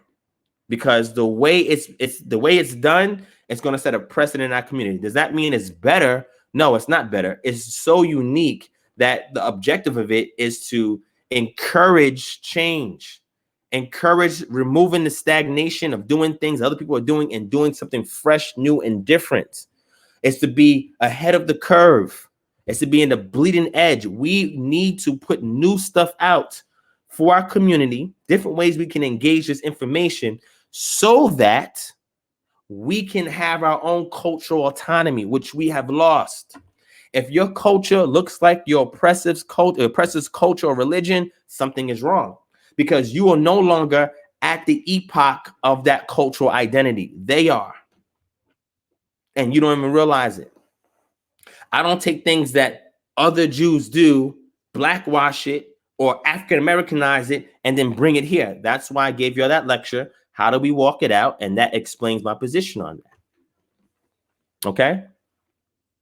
Facts, Hebrew Unity and Truth, facts. So in regards to children's books, yes, I know several people in the community that have children's books. Email me, kingdomharbinger@gmail.com. If you cannot catch me on the live, email me whatever your request or inquiry is, and I will do what I can to assist you. All right? I'm going to do what I can. All right? Stacks? No, it wasn't. So I'm not doing a formal equivalency translation of the Tanakh. That's not what I'm doing.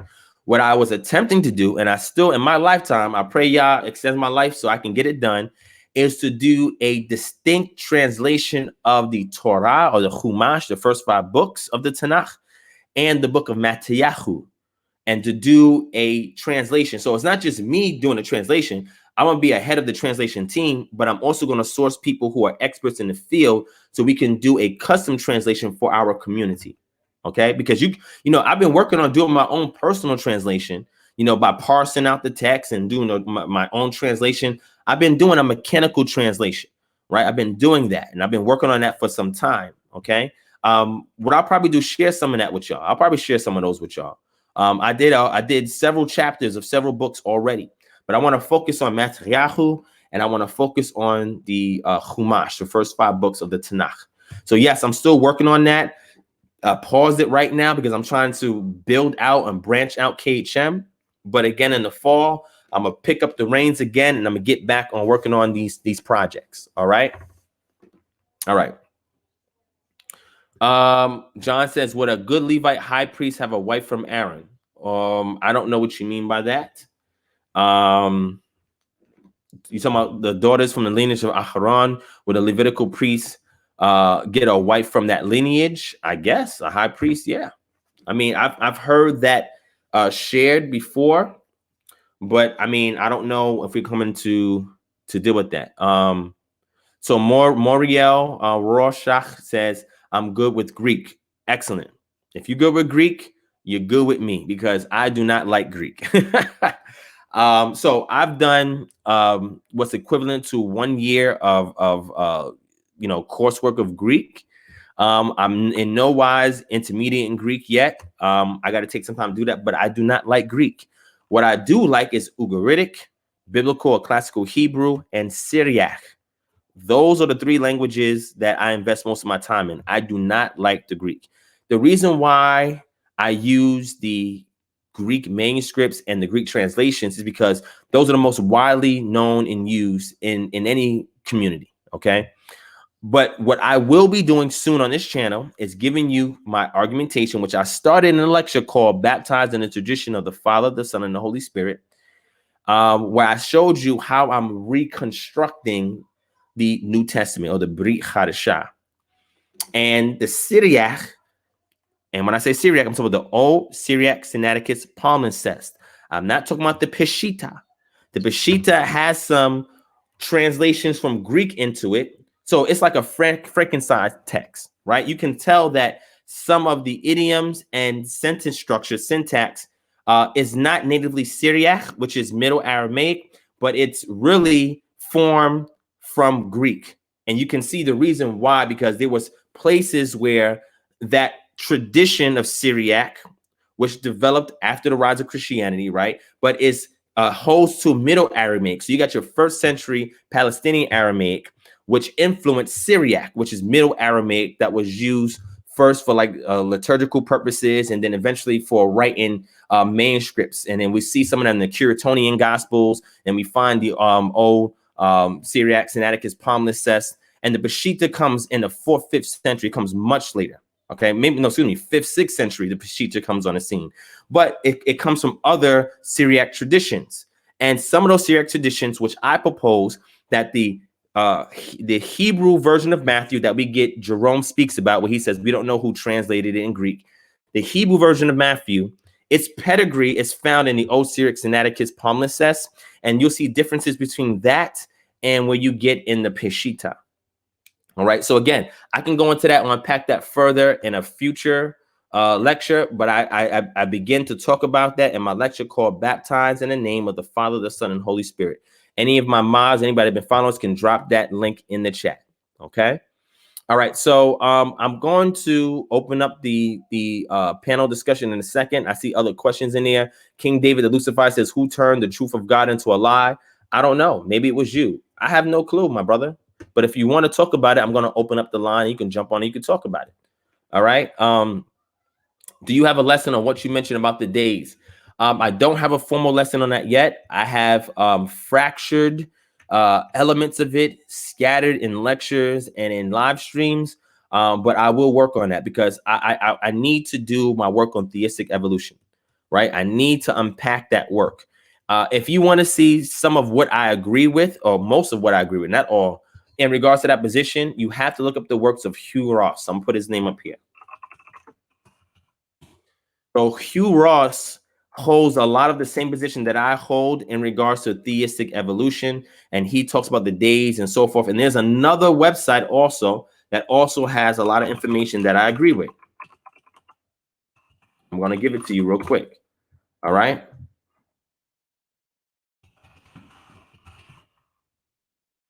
Hold on, let me grab it for y'all. Where's this website at?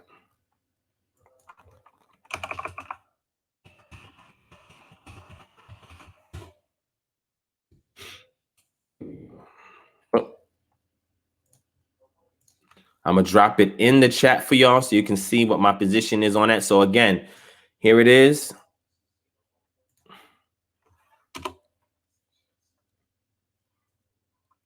All right.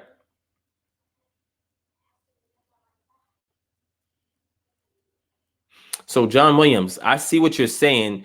Can you show me? So now remember, you just made an assumption, okay? Or I wouldn't even say assumption. You made a presumption, okay? So that is speculation, right? What you're saying is speculation, right? Meaning that we don't have enough textual data to validate that. But what I say is that the Levitical priesthood has been transferred over to the Melchizedek order, and from the rise of Yachanan to Yeshua, all the way until the end times comes when the Levites will be restored in the kingdom period. The Levites will be restored. The law will go out. Tabernacles will be kept.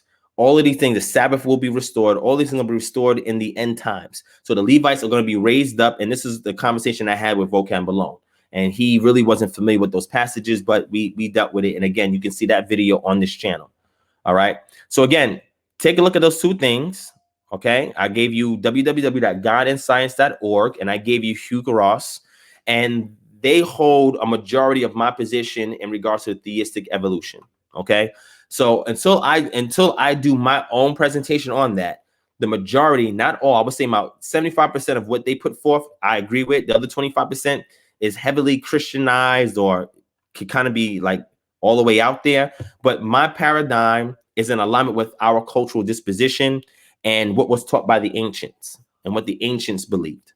Okay. And in the limelight of modern day astronomy. Okay. And modern day geology. Okay. All right. Correct. You can be a Levite and not be from the lineage of Aharon. I agree. All Levites are not from the lineage of Aharon. Moshe was a Levite as well. Right. And then you had Levites that were there that were not from the lineage of Aharon. So if we say that, oh, wouldn't it be best practice for a Levite to marry somebody from the lineage of Aaron, or a priest to marry someone from the lineage of Aaron? Yeah, I guess that would be best practice. But if you're gonna then marry that to the text, you need some more textual data to substantiate that, because otherwise it'll be just speculation and conjecture. All right. So Big Main saying, whose doctrine would be more accurate to the text, the Ebionites or the Nazarenes? So the Nazarenes started to sell out in the 4th century. The Ebionites now. So the interesting thing about the Ebionites is that most of what we know about them comes from their adversaries, right? And the one thing the adversaries were saying is two things. Number one, they hold on to the law. Number two, they make Yeshua a mere man. And number three, they have some elements of Gnosticism, right? So these are the three accusations that are placed upon them or imposed on them from their adversaries. So what I try to do is take the data from things that are known about their doctrine and reconstruct their position, because if we don't do that, we can't really have them giving a fair voice in regards to what their position is. This is why I say that I've made some tweaks and stuff to it to kind of reconstruct what their position is, right? And again, if you go back and you check out the lecture I did, it's called Baptized in the Tradition of the Father, the Son, and the Holy Spirit. I speak about it there. All right. Dennis, I don't know. Quite possibly, yes. Quite possibly. Quite possibly, Dennis. That's an excellent question. Quite possibly. All right. Quite possibly. All right. All right. So let me go ahead and open up this for about another 15, 30 minutes. I'm going to put the link in the chat. Again, trolls, you can come in. I'll give you a few minutes. If you're a troll, you're welcome as well. Troll lives matter. Okay. Troll lives do matter. They may not always matter at the seat of the table of the real ones, but their lives do matter. You know what? And sometimes trolls make you better, right? Trolls to me are designed to teach you to have more fruits of the spirit, patience and kindness. But at the same time, they're here also for you to show them the wrath of the Most High. So it's that righteous anger that you have to dispense towards them, at the same time allowing their existence to character build. You gotta see the positivity in everything, man. All right, so let me go ahead and share this link. Give me a second. I'm gonna share this link with y'all.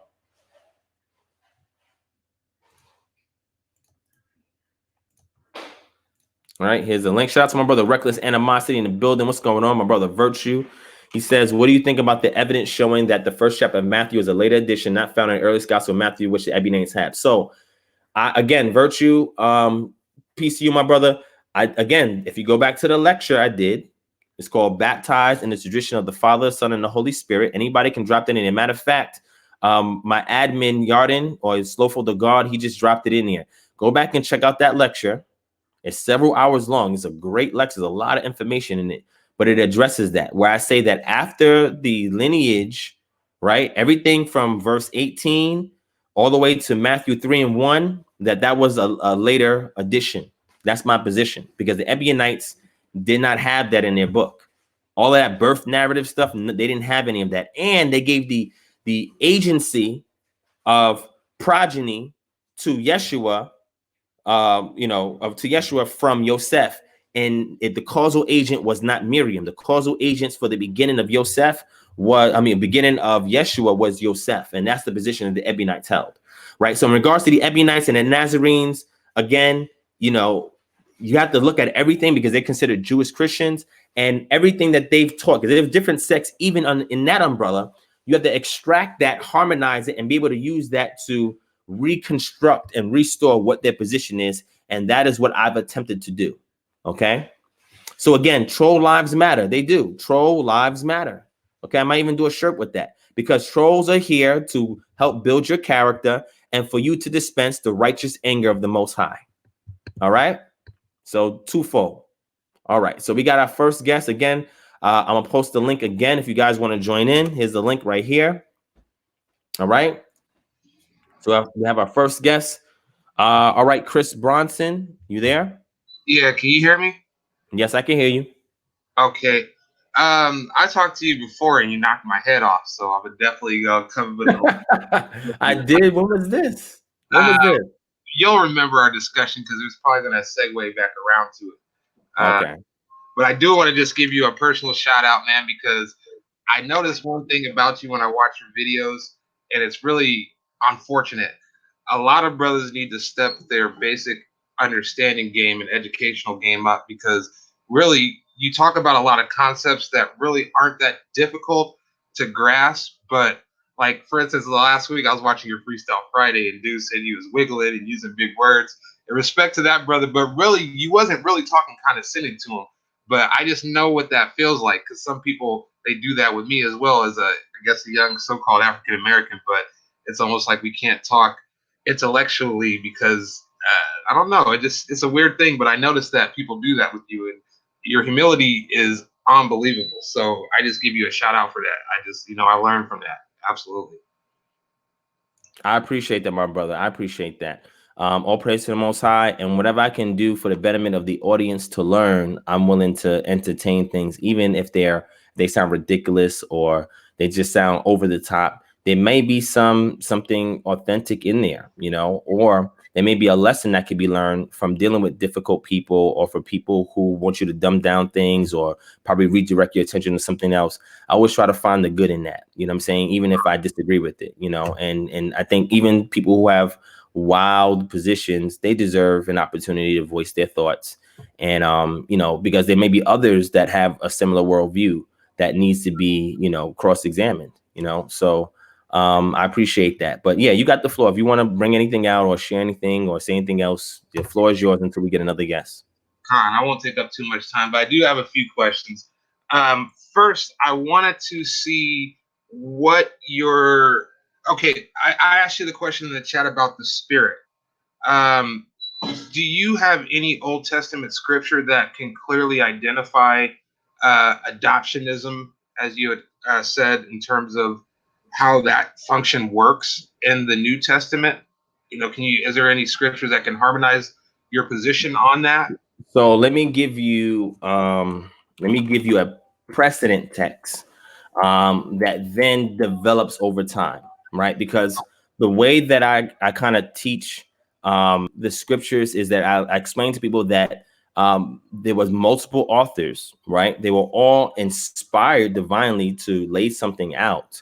And as you over time get to see things in retrospect that they did not have access to, you can start piecing things together to form a theological paradigm of how you disseminate your worldview to others, right? But everything can also be isolated on its own and can be disjunctive from other scriptures, right? And then they can be harmonized with other scriptures. It depends on whatever the theme is that you're trying to address, right? So in regards to the sonship process, the reference that I made is that one person who was adopted into the sonship was the king of Israel, and a reference to one of those kings of Israel was David, right? So would you like me to provide you one of those scriptures in regards to that? Could you provide me a scripture of maybe, because my position is I believe that you're born with the Spirit as an Israelite. And I believe that there are scriptures that kind of either certify or verify that.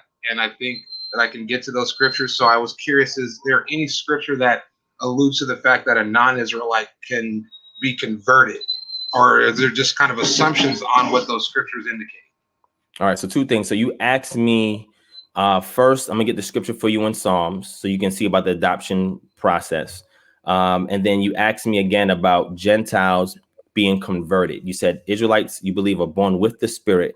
And I'm assuming when you say that spirit, you're talking about not the spirit of life that animates you, but you're talking about the set apart spirit. Is that what you're referring to? That Israelites Yeah, are born with the set apart spirit? Okay. yeah, and I believe there are different spirits. Okay, gotcha. Okay, so let's go first. Let me deal with the verse in Psalms about the sun, right? Okay. Let's get that.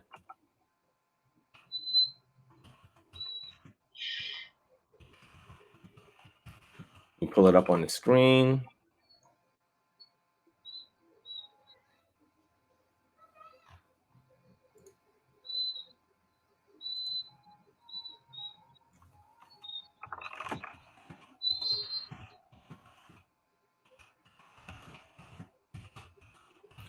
Pull up a few of them. First, let's go to Psalms chapter 2, verse 7. All right. So let me know when you got that. Okay. You can read it in its context. If you want to start at verse 1, we could do that. Let me share it on the screen and let me get the other ones real quick. All right, there we go. So let me know when you're ready. Yeah, I'm ready. All right, so Psalm 2 and 1 says, why do the nations rage and the peoples plot in vain? The kings on the earth set themselves and the rulers take counsel together against Yod-Heh-Wav and against his anointed, saying, let us burst their bonds apart and cast away their cords. So another interesting thing to look up is this word anointed. That's important, right? Then it says, verse 4 says, he who sits in the heavens laugh. It says, Adonai holds them in derision. Then he will speak to them in his wrath and terrify them in his fury, saying, as for me, I have set my king on Zion, my holy hill. Watch this. I will tell you the decree. Yod-Heh-Wav said to me, you are my son. Today I have begotten you. Now, this is before Yeshua was on the scene. Yeshua did not exist at this point in time. Okay. So the anointed and the sonship, the beginning of a son, that happens with the king of Israel. The king of Israel is anointed to become the son of the Most High because he is his representative here on the earth. Okay. And it goes on to say, you shall break them with the rod of iron. Now, therefore, O kings, be wise, be warned, O rulers of the earth, serve Yod-Heh-Wav with fear and rejoice with trembling.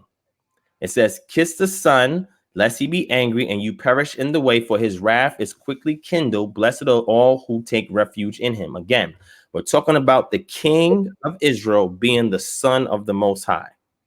Okay, so when the king is anointed, he is brought into the sonship in the Old Testament. In the New Testament, it is through the Ruach or the Spirit that does the anointing and brings you into the adoption of sons of the Most High. That's where I think we have a contentious point because Sure. let me ask you, how did Job identify as having the Spirit? You said, how did Job? Yeah. Bring up the verse. What's the verse? And let's exegete it together. What verse you got? Job 27 and 3. 27 and 3? Okay. Yeah. All right, let's start at verse 1. And Job again took up his discourse and said, as God lives, who has taken away my right, and the Almighty who has made my soul bitter, as long as my breath is in me and the Spirit of God is in my nostrils, my lips will not speak falsehood and my tongue will not utter deceit. Okay, so what are we unpacking here in verse 3? He says, as long as my breath is in me and the Spirit of God is in my nostrils. So you have doublets in Hebrew prose, right? And sometimes it's in poetry as well. And a doublet is re-emphasizing a point that you already made within the same stanza or the same verse. So when he says, as long as my breath is in me and the Spirit of God is in my nostrils, he's talking about the same thing. There's no colons, semicolons, commas in the Hebrew. Those don't exist in the Hebrew, right? You do have conjunctions, and you do have to understand how prose is written and how some literary devices are utilized in Hebrew prose, right? So as long as my breath is in me and the Spirit of God is in my nostrils, they're talking about the same thing. So the Spirit of God in his nostrils is the breath that is in him that's keeping him alive. Okay, I want to give you 3 scriptures that pretty much sum up my position on the Spirit. And like I said, I'm not trying to turn it into a smoke session, but sometimes no. It's okay, because you're respectful. Even if we disagree, you've been respectful. And again, I don't mind us having disagreements. That's how we learn. That's how we sharpen each other, right? And I'm not going to be one that's going to talk crazy about you, argue with you. I think you said I did turn up on you. If I did, it offended you anyway, that's my apology. But we're passionate. You know what I'm saying? We're passionate. But let's deal with your scripture. So what's the next scripture you got? Okay, so now I want to give you my position on Jesus before I give you the scripture, because I believe that there are 2 Jesuses in the Bible. And I believe that it's clear that there are contradictory verses where Jesus is telling you that nobody comes to the Father but through him. But then you got verses where you got Paul saying that you got to say Jesus' name in Romans 10 and 9. Things like that I'd like to get into. But the reason why I think the Spirit is born within us is the first verse would be Genesis 1 and I think 26. Okay. And the way, hold on. You said Genesis 1:26. All right, so go ahead. So I think that that area where it says, then God said, let us make man in our image after our likeness, and have dominion over the fish of the sea and over the birds of the heavens and over the livestock and over all the earth and over every creeping thing that creepeth upon the earth. I believe that is an identifier of not literally looking like God, because no man's seen what God looks like if we're going to be technical. So we know that we don't know what the image of God is. So my logical identifier would be the Spirit with the following verses of John 3 and 6 and Galatians 4 and 28. And I believe it's important to understand that Jesus says things. One, Jesus will say things, and he'll say a lie. There's truth within a lie, and I feel like I can go to Paul to present that case, and I'm glad that maybe we have some time because you can help me understand if I'm wrong. I know your position on Paul, so yes, I understand that. But go ahead.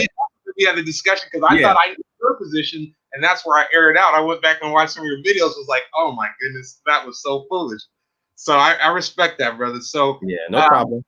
So you said John 3 and 6. So unpack John 3 and 6, and let's move to your next scripture in Galatians. So you go ahead and exegete that.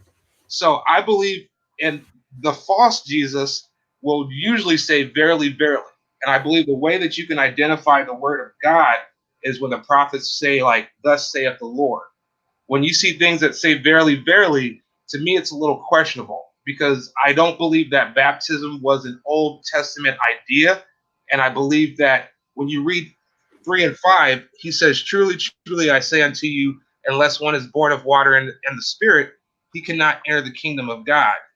And then 3 and 6 says, that which is born of the flesh is flesh, and that which is born of the Spirit is spirit. So it's almost like he's saying 2 different things, because it tells you in the other scriptures there's other things you have to do outside of being born again as well. So there's just so many things that Jesus identifies that you have to do. There's, scriptures where it says all you have to do is say his name. There's scriptures that say, hey, it's going to be easier for you to get through a camel's eye than to get into the kingdom of heaven. So those 2 things to me don't mesh together as far as the access into heaven. So that's what starts my question and theory of that. And then when I look at that verse 3 and 6 alone, where it says, though that which is born of flesh is of flesh, and which is born of spirit is of spirit. And then I jump to Galatians 4 and 28, where it says something to the extent of as it is now, as it was back then. He who is without the Spirit persecutes he who is with it. So I believe that during the initial portion of Genesis, the if you read Genesis 1:25, the nations were on the earth before us, and they didn't have the Spirit of God, and they were considered beasts, and they were identified as beasts. And there's different scriptures like Micah 5:8 that reference about how Israel will be amongst the beasts. So there's an interchangeable dimension between that there. Now, I could be wrong about that, but I believe that those beasts weren't given the Spirit, because there's verses in like Peter that say something about how, either Peter or Jude, that say something about how these nations are like unreasoning beasts. They don't know which is right or wrong. So now I'm sorry I'm jumping around, but my main subject is to get to Paul, Cool. because I think Paul understood that you could not convert, and he tried to do his best to please both the Jews and the Gentiles, whatever position he was in. Mm-hmm.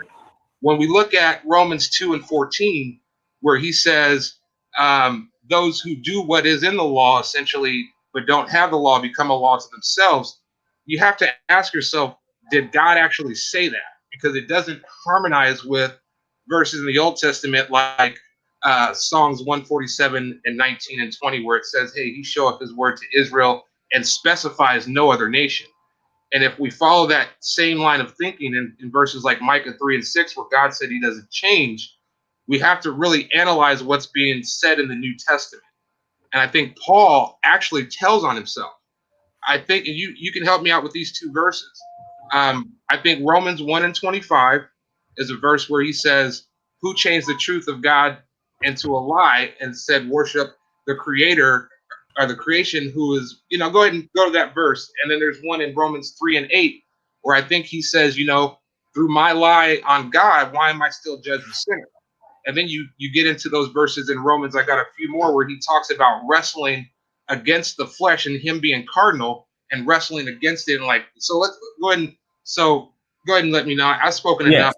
So no, that's cool. And again, I like to give y'all an opportunity to voice your position for something that we can tackle on here, and then in later live streams we can have these discussions, or even offline we can have these discussions, right? Yes, But in dealing with Romans chapter 1, what I will say in Romans chapter 1 is looking at the context, right? So you got to look at the context of what he's talking about, and it starts verse here in verse 18. This is why they even give you indicators here where they make a separation between the different thoughts that are going on in the same chapter, right? would So he you says, say in the earlier part, and I'm sorry to cut you off because I did read it at the beginning, and Mhm. it almost seems at the beginning of Romans, he's trying to promote Jesus, like Romans 1:1. And that's where the contention comes in with Jesus, because I feel like 21 and 25, he's starting to kind of, almost telling himself before you go to 3:8, where he literally says that he lied on the word of God. So how do you, I guess, what other translation or whatever understanding would we come to if he's saying that, in the singular, like, hey, if my lie on the truth of God is, whatever, then why am I judged as a sinner? So I think a lot of it is in the aspect of him trying to promote Jesus, and he's doing the same thing as the churches will do when they will try to make Jesus in God. They'll try to make God in Christ, and that's why Mhm. he interchanges them so much that it could even be one precept after that very next one, and that's Mhm. why it's so confusing. Mm. Because you So yeah, so what I would say is that it wasn't until I became an Israelite that I started to re-examine Paul's epistles and see if it has any harmony with the rest of, the Tanakh and the Brit Hadashah, and even some intertestamental scriptures, like people will mention like Apocrypha or other things such as the Book of Enoch, Jubilees, etc., and see if there's a degree of consistency. What I say is that Paul's audience is who he's trying to get this understanding across to, whereas other books were not written to a Gentile audience, right? So him writing to a Gentile audience is why you see him take different approaches to convey different thought forms, because he is talking to an audience that is not natively the same as him. So this is like if I don't know, I'm trying to figure out. So let me give you just some secular example, right? So if I'm in a gang, right? There are certain jargon that we use in a gang, slang that we use in a gang, terms that we use, connotation we give to words. That's all in the gang. And if I'm talking to somebody in the gang, they understand what I'm talking about because this is what we live, breathe, and do every day. If somebody on the outside tries to interview us, and I got to find a way to convey all the thought forms, concepts, and ideas that we utilize in a gang, I had to find a different means of doing so because they're not in the gang. They're not in the fraternity. They're not in the brotherhood. So even if I was a Mason, the same thing. I would have to Well, find who other gave ways. Paul the authority though to So, initiate Gentiles into the gang if initially so the Old Testament was more secular, I guess? Gotcha. So my position that I have on Paul is that because I identify as an Israelite, Paul's epistles do not have any authority over me, right? His epistles have good information, has some wisdom here and here, some good points, but it's not binding to me as an Israelite because of the audience that he was given to write to. And again, a lot of this comes from looking at a couple of things, right? So we see in Acts chapter 15 that was written by Luke, where he talks about a council in which Shaul meets the other apostles, most notably Yaakov, Yachanan, Cephas, Peter. And, they had an issue in regards to circumcision and, the law of Moses and so forth. And at this point, after that encounter happens, they give him a letter to go and bring to the other Gentiles that he goes and he's trying to speak to. Right. So we know that from a third party that's not Paul, that is not one of the apostles, is writing about a narrative about an account that occurred where we see that they did not shun him.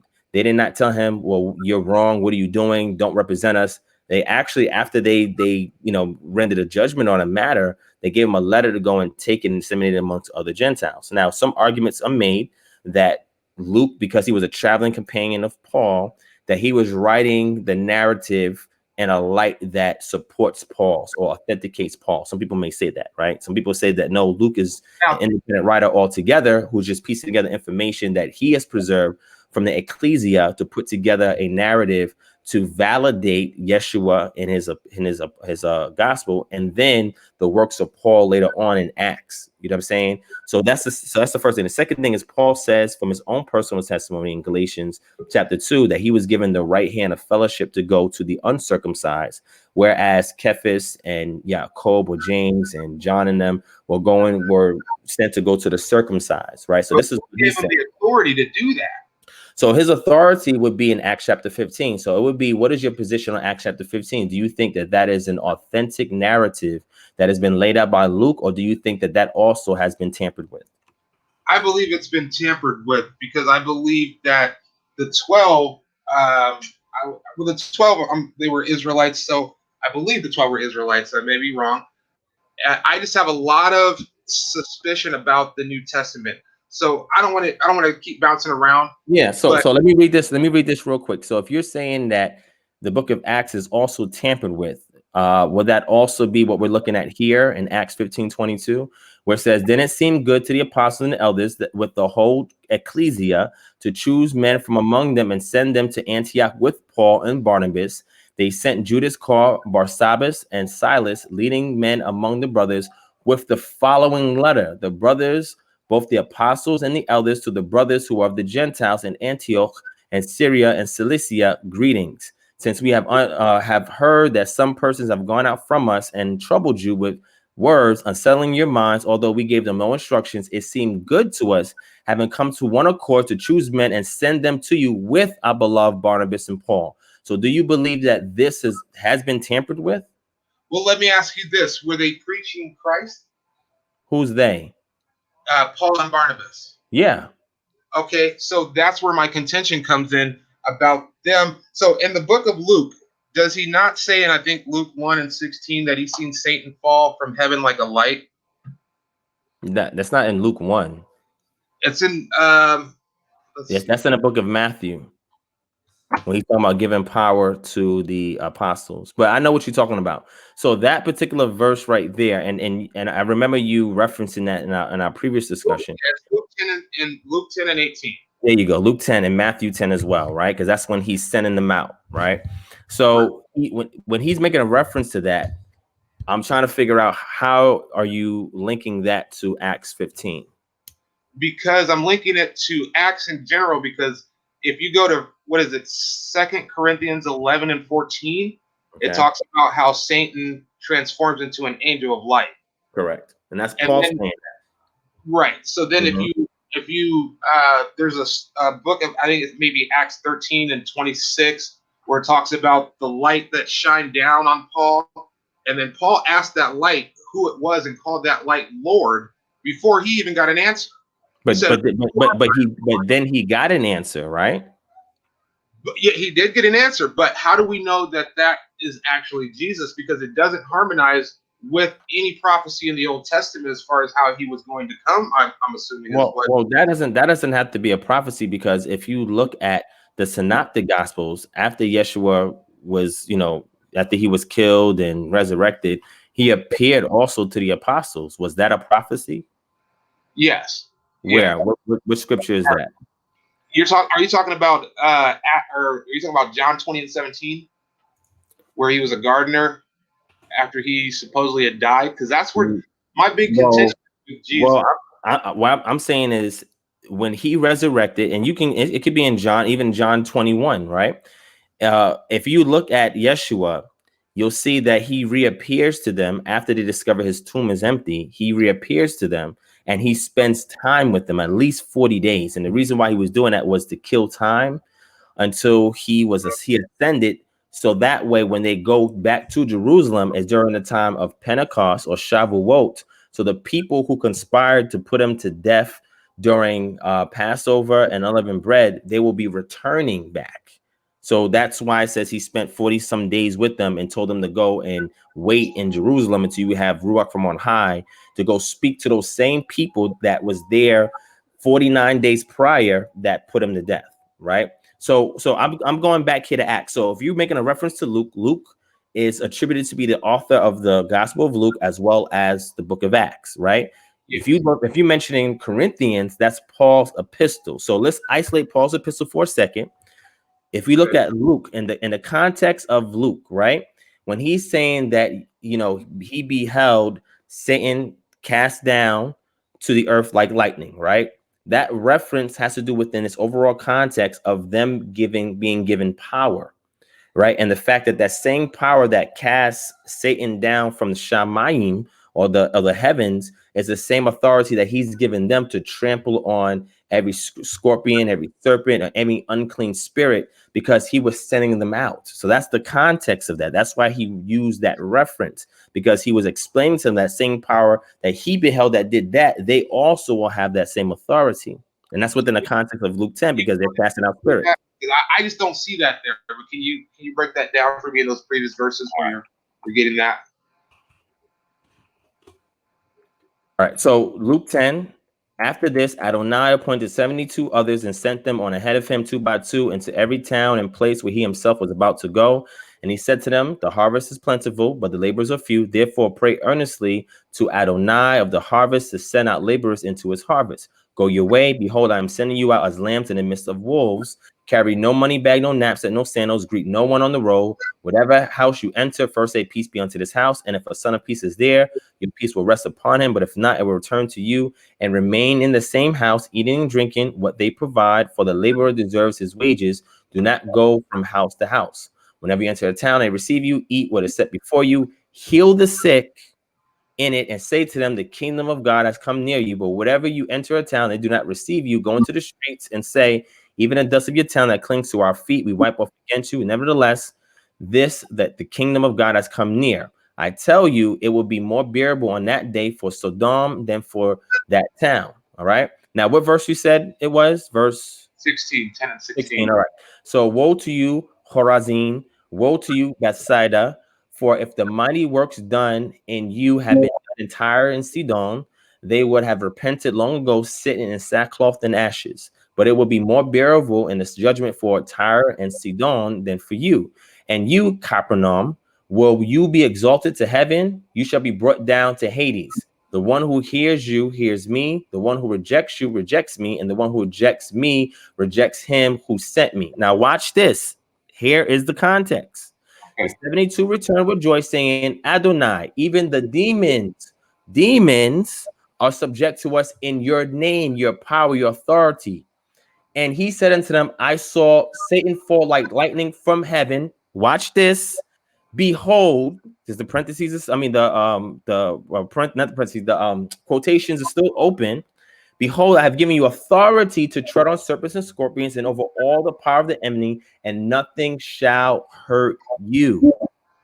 Nevertheless, do not rejoice in this that the spirits are subject to you, but rejoice that your names are written in heaven.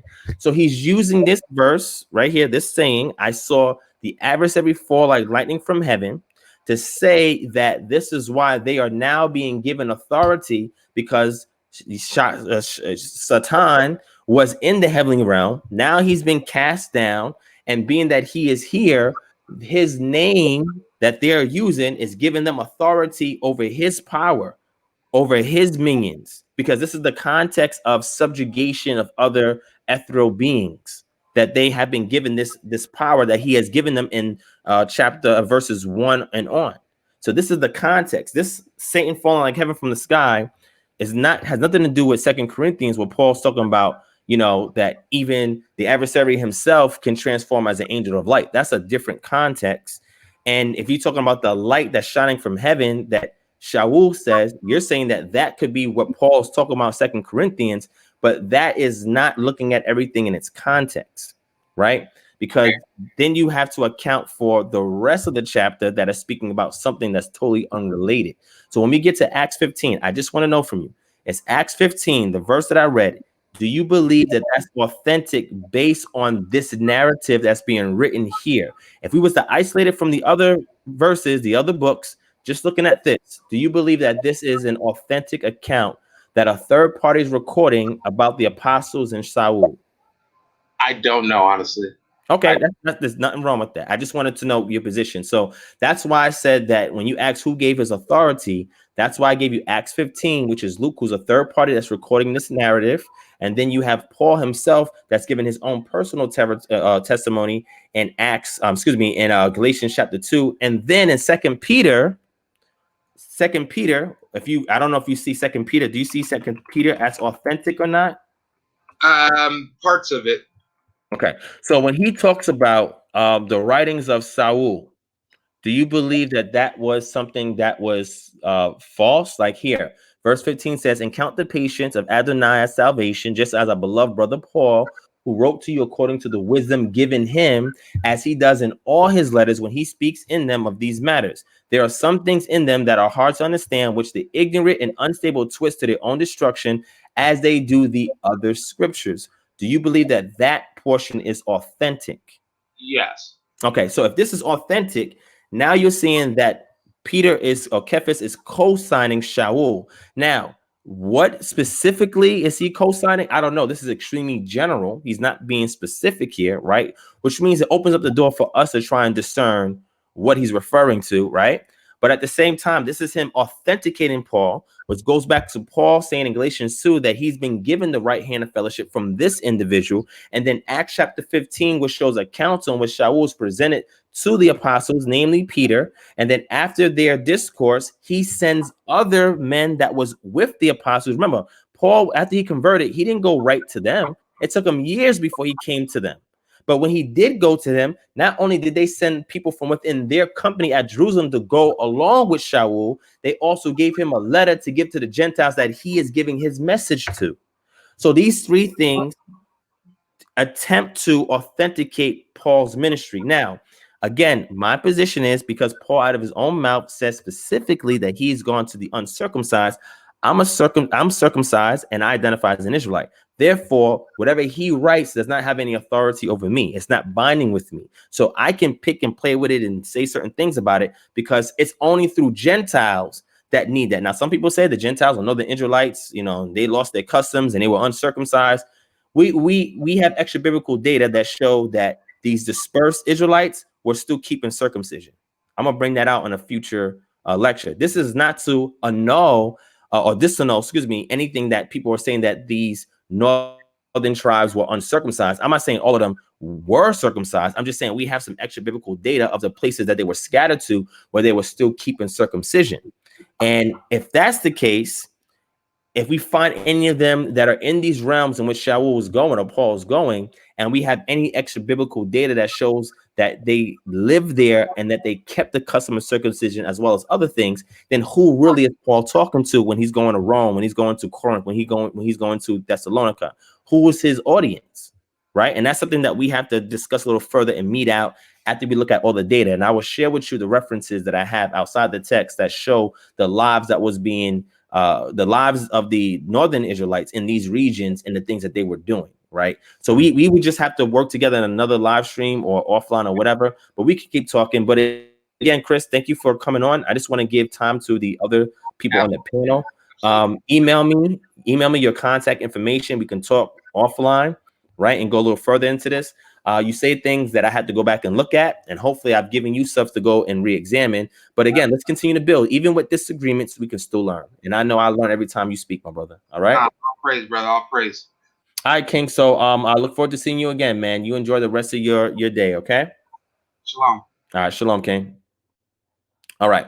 So let me bring on this next person here. Hold on.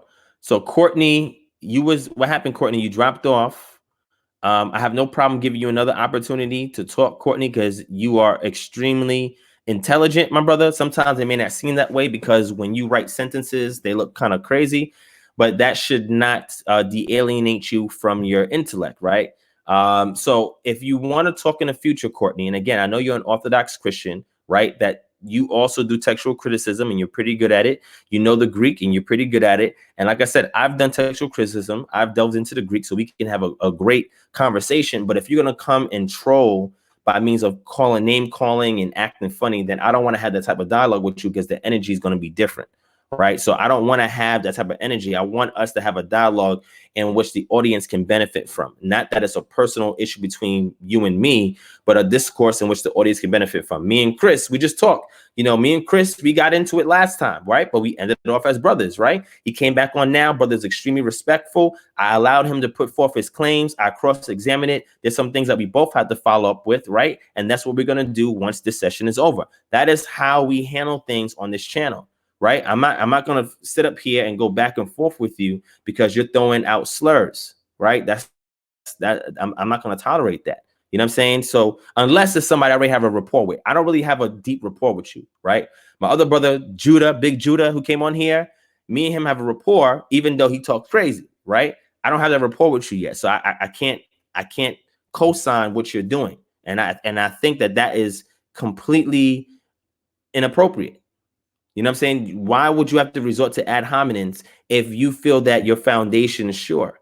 So, my brother, you're welcome next time. Hopefully, you see how we do things over here. You know, the timeout actually gave you some time to reflect. You're welcome next time we go live to have a dialogue, a discourse. You know, let's unpack a couple of things so that the audience can grow and learn from it, right? But again, we're not going to tolerate any kind of foolishness, and I expect more from you. All right. So with that said, let me let on the next guest, and then Shema, I see you. You're going to be the last person I let on, and we're going to end off with you. We have somebody else here. Let me pull down what I have on the screen. All right. The ultimate claim. Yeah, it's Claim. Hey, what's up? What's going on, bro? Shalom. First Shalom, of all. King. And then what I wanted to ask you if how much you gonna charge? How much do you charge for your critiques and suggestions of because I want to be able to present something more professionally. And I got a presentation on my page. It's called Saving Private Esau. And I want you to critique it and send me suggestions and how much you're gonna charge me for that. Yeah, there's no charge for that. Just send it to me. I'll take a look at it. Send it to you where? Email. So my email address is in the description. Gotcha. So if you look in the description, is there. Just shoot it to me, and I'll look at it for you. There's no charge for that, King. I got you. That sounds interesting. That sounds really interesting. I like that title. I definitely want to look at it. All right, gotcha. And then what I'll do is I'll give you a contact number so you can text me, or we can talk on the phone sometime. And if that's better for you to actually, delve into it and unpack it, we can do it that way as well. Okay. All right, cool. All right. So Anytime, King. So I appreciate that. Again, don't forget to email me, all right, as soon as we hang up or sometime in the next day or two. And I'll give you my contact information as far as my number, and you can text me on that way and we can stay in touch, right? All right. I got you right now. All right, King. Shalom. All right, so. All right. So last but not least, my brother Shema. So brother Shema, we got 15 minutes. So I'm gonna give the floor to you. You're gonna show us that quote, give us the primary, and then from there you can bring out whatever you wanted to bring out. It's a young soldier right here, man. All right. So about that Hitler thing. I'm gonna let you rap. So here's this is from the book The Nazis on page 132. And basically what it says, here's the book, by the way. Can y'all see? Okay. Yeah, we can see it. You can see your screen. The book, and it's on page 132. Can you wait, go back. Can you blow this up? Because I actually seen that. I'm about to have that somewhere. Yeah, I'm about to blow it up. Okay, so basically it says, so this is an instructional film to the right, and it says the genetic heritage of the Jew is predominantly traced to the Oriental, the Negro, the Near Asian, and the Hamitic peoples. And so let me get a closer look. Now that I know, that I agree with, but we're referring to the quote from Hitler about the America having the real Jews of God. Do you have that? Oh, that's what we're talking about. That's what we're talking about. I don't know about that quote. Oh, okay. Do you know that I haven't verified I'm referring to? Wait, what you say? Do you know the quote that I'm referring to? Yeah, I haven't verified that one, but I do know this one. And yeah, he's actually not wrong. Because genetically speaking, this study right here talks about how Jewish groups have African admixture. It says, right here, a striking finding from our study is consistent detection of 3 to 5% of sub-Saharan African ancestry in 8 diverse Jewish groups. Like every single Jewish group in the world has African admixture. And as a matter of fact, the point estimates over all 8 populations are between 1,600 and 3,400 years ago. So it's actually really old. And it says, but with large overlapping confidence, it is intriguing that the Mizrahi, Iranian, and Iraqi Jews, who are thought to descend, at least in part, from the Jews who were exiled in Babylon about 200, 600 years ago. Hold on, I can't see my own screen. Years ago, share a signal of African admixture. So Hitler isn't wrong when he says that the Jews have. And from what you showed us there, I agree. But I'm saying the other quote saying that America has the real Jews of God, which is the Negroes, right? So that's the quote that we can't source, right? So that's the one that it found itself in a meme as being shared everywhere. The one that you just shared is the one that I have also validated in the past on this channel, right? But the other one that he's saying that the real Jews of God is who the Americans have, which are the African Americans or the Negroes. He said that those are the real Jews of God. That I have been able to find the primary source for that. Yeah, I've heard about that. And I don't think, well, he was kind of racist to black people, so I don't think. Of course. I even posted on, it's funny because I posted on my Facebook page about 2 years ago, a post in regards to music, right? So the Nazis or Germany was introduced to jazz music by African Americans, and their depiction of us was grotesque, right? And they would kind of make all of these slurs about us and the music we played, and was trying to figure out how could such great music come from, a grotesque people such as the African Americans, right? So he was not that fond of us as a people, you know what I'm saying? So that's why, when I seen the other quote, I was like, I got to see a source for that. But nonetheless, thank you for sharing that. And again, I had also validated that, so you're absolutely correct on that. So let's get into whatever else you want to bring out. So I'm gonna mute my mic again. Yeah, the other thing I'm going to bring out. Well, before I bring out what I was going to originally bring out, I'm just going to show you one more thing about the Ashkenazi Jews or Jewish people. They actually have our Y DNA chromosome, E-M2 or E1B1A. So this is a Jewish family, an English Jewish family known as Marshall and they have the E-M2. You see right here. Yeah, and Right here. so does Albert Einstein. He has E1B1B. Oh, I'm sorry. Yes, you're right. E1B1B. You're correct. Go ahead. But so since I'm talking about E1B1A, I thought this was kind of interesting because and this is the Marshall family, a Jewish family, pretty old family, and see right here. And so we actually find quite a few E-M2 Jewish families in Hungary and Poland. You can go to DNA, Tribes DNA to find this. There's a lot of EM2s in Spain, the Ukraine, Hungary, Poland. A few are unknown places, but more likely in Europe. And so what's interesting about this is because we actually find E-M2, as you can see, E-M2. We found it in ancient Britannia in the Iron Age. And of course, we know that King Solomon in his time was selling ships to places like Tarshish. And some people say Tarshish is in 3 different places: Sardinia, Iberia, and Britannia. And who knows? Maybe some of that tin, I think it was, maybe some of that tin came from the British Isles, and maybe an Israelite got left up there. I found it interesting. Oh, sorry. No, I'm saying it's possible. It's extremely possible. But see, when people make certain claims, this is the type of data that they need to utilize to substantiate it, right? And so that way it doesn't look like they're just speculating or just giving an opinion.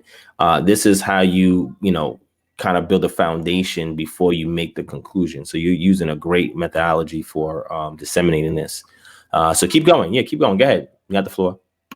But yeah, that was that's what I thought was kind of interesting about this E-M2 in ancient Britain in the Iron Age, and of course, Jewish families with E-M2. And some people might say, well, they're white, so how do they have our DNA? Well, keep in mind, it only takes a few generations for a phenotype to change, about like 3 to 4 generations, for if someone keeps marrying European people, you can eventually become your ancestors can eventually look completely different. Take Thomas Jefferson's descendants, like some of them are white and some of them are black. So yeah, it's possible. And of course, and in Europe, you had families. Had a lot of people in the 18th century and 17th century talk about how the Jews were mixed. They were mulatto in nature.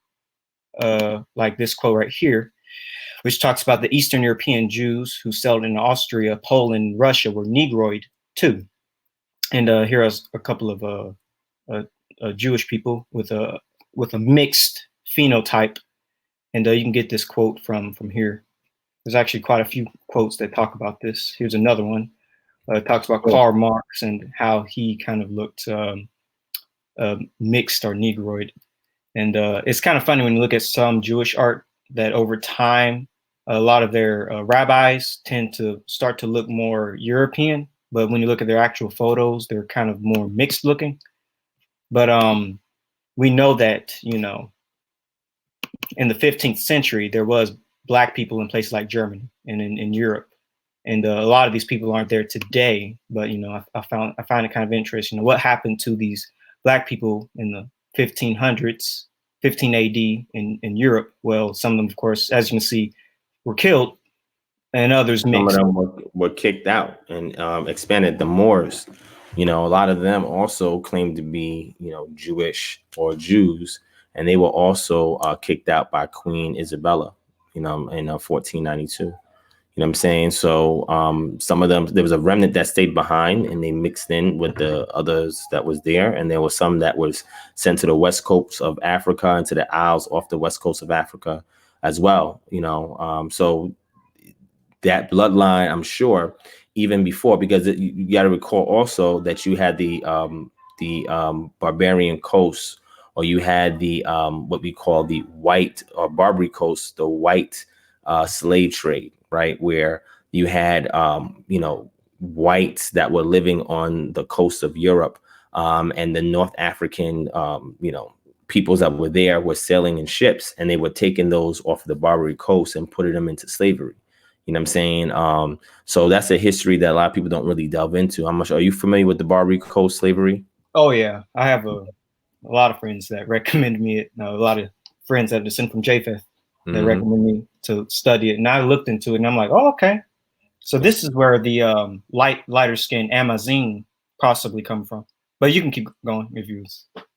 No, I'm done. I'm gonna let you finish off, and as soon as you're done, I'm gonna just close out the show. But I'm gonna let you end it off. Okay, but yeah, this is all I have to say about the Hitler and some of the Jews having Negroid admixture. And it's like, yeah, it makes sense. I mean, folks in the 18th century said that they were mixed, and in the later centuries, they said that they were completely black.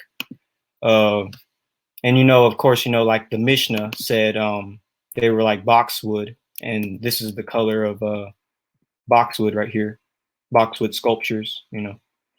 But that's now I'm going to go into what I wanted to show you originally. One thing that's interesting I want to show you is this. This is a facial reconstruction of an inhabitant of Galilee. You can find the image by, I'm not going to try to pronounce that, but this is an ancient Galilean. But I thought it was Galilean. Thought that was kind of interesting. Wanted to share that with the family. Where's this from? Here, you can type it in if you want. The source is down below. Interesting. Okay, cool. Nice. And that could be how our people look like back then. This is from the period of Christ, of Jesus, is around his time frame. So anyways, that's all I have to say about that whole. Cool. Anyways, but here, let me wait, go back. All right. Go back. I'm just seeing something on your screen that I shared as well before. Go back. Do you have the reference, A Tribute to the Negro? Which one? It's a book called A Tribute to the Negro. I'll bring it up on my screen. A tribute. Yeah, A Tribute to the Negro. Let me show you real quick. Absolutely. Because you had another reference up there that I wanted to, because I have that in my PowerPoint, but I'm gonna show you this real quick. Where is it at? Yeah. While you pull that up, I was going to go to what I originally want to talk about on my screen. Okay. So I'm gonna bring this up, and this is a book that a lot of people have been circulating now, like a page off this book. But I always recommend people, please, if you're gonna show a reference to something, one page, please get the actual source and read it. So you can really see the position of the author, because if you don't, even though they may say something that's a fact or that's good information, there's a lot of other stuff that they say that have to be dealt with, right? And this is how a lot of the sources that we use get discredited, because we don't read the entire source. So I want to bring something up in a second, but I wanted you to go back. But it's okay. I could bring up the other source, but I'm gonna let you get into this first. Go ahead, share what you have on your screen. All right. So did you hear about the latest study that's come out dealing with Canaanites, Arabs, ancient Canaanites, Arabs, and Jews? Yes. And that's the one that a lot of people who are against this Israelite identity was like, see right there, they think it's a silver bullet, but it's really not, because they don't read everything. But go ahead, I'm gonna let you unpack it. I'm glad you said that, because I read it. It was a good paper. I liked it because actually, to me, it confirmed something that happened in the Bible. So first, we're going to read some of the highlights. So, and I have noticed some people have gotten mad at it, like some of our people, and I'm like, dude, this is actually an amazing paper. So here, let me break it down. So the history of the Bronze Age Southern Levant. So basically, let me see. So genome-wide data from Bronze Age individuals across 9 sites in the Southern Levant show strong genetic resemblance, including a component from populations related to the Copper Age Zagros and the early Bronze Age Caucasus. introduced by gene flow, lasting at least until the late Bronze Age and affecting modern Levantine population architecture. So here are the highlights: analysis of genome-wide data for 9 sites from the Bronze Age, southern Levant, and right here, multiple migrations from the Zagros or Caucasus to the Levant between 250 to 1000 BCE. And it's talking about, you know, people related to these individuals contributed to all present-day Levantine populations. All of this is true. This is true. So let's get into the parts that are interesting. I already read that. All right, so let's get into what I have underlined. So just recapping, it's talking about populations and mixture from the early local groups from the Copper Age in the Zagros Mountains. And the Zagros Mountains is from like Iran to the Mesopotamia, northern Mesopotamia. And just hold on, Shema. Somebody's asking you for the website for the Marshall family DNA. Okay, let me go back to that. Don't lose your thought, but they just want that reference. I want to make sure that they're able to follow offline.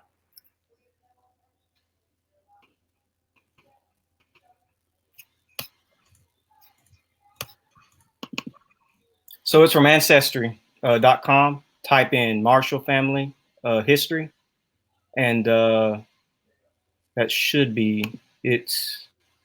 You can take a screenshot of this. Whoever wanted that on your phone, you can do screenshots, and you can just type this in as it is, or type in like one sentence, and it should just pull it up. And you can also go to Family Tree DNA and look up all the E-M2 samples, which is very interesting. Take a screenshot of that. And you can also, let's see, type in the E-M2 Jackson Marshall from 1852. And you can also, let's see, there's another thing you can do, like go to SPN tracker, or you can just type this in, and you can look up the specific branch of E-M2, because this is an E-M2 that's in the Iron Age in the Britannia or the British Isles, E-SK1733. And just write that down.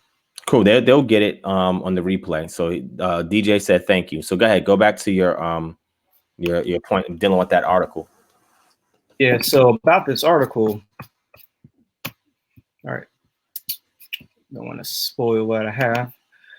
All right. So I'm just gonna go to what I have underlined in red. But so it talks about these observations point to a degree of population turnover in the Copper Age and Bronze Age, and this is during the Copper Age and Bronze Age of the Southern Levant.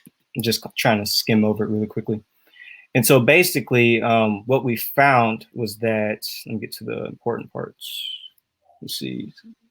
That inside time.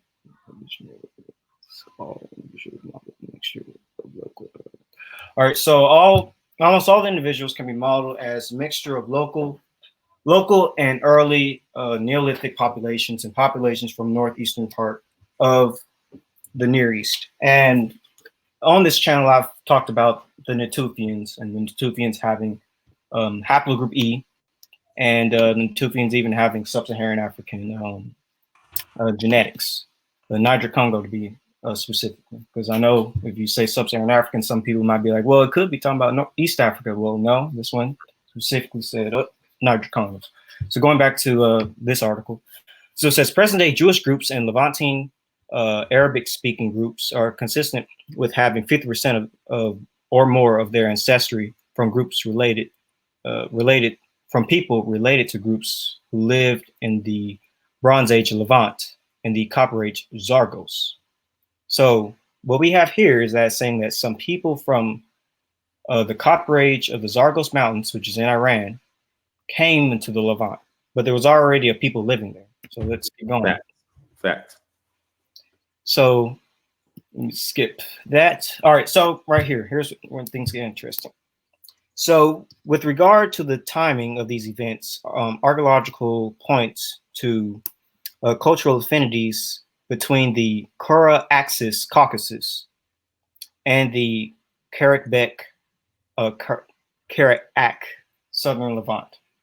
And this was in the first half of the 3rd millennium BC. The textual evidence documents a number of non-Semitic Hurim from the northeast of the ancient Near East. We know that the Israelites were a Semitic people. Mm-hmm. So these people that came from the Caucasus were not the Israelites. These could be descendants of Japheth that are just migrating to a new land because they're looking for, because they're agriculturalists or they're, pastoralists, some type of, just migrating like people do today. So a lot of people, said that these are Israelites. The study literally said non-Semitic and Huron. These are Hurons. Correct. This could be Hyksos.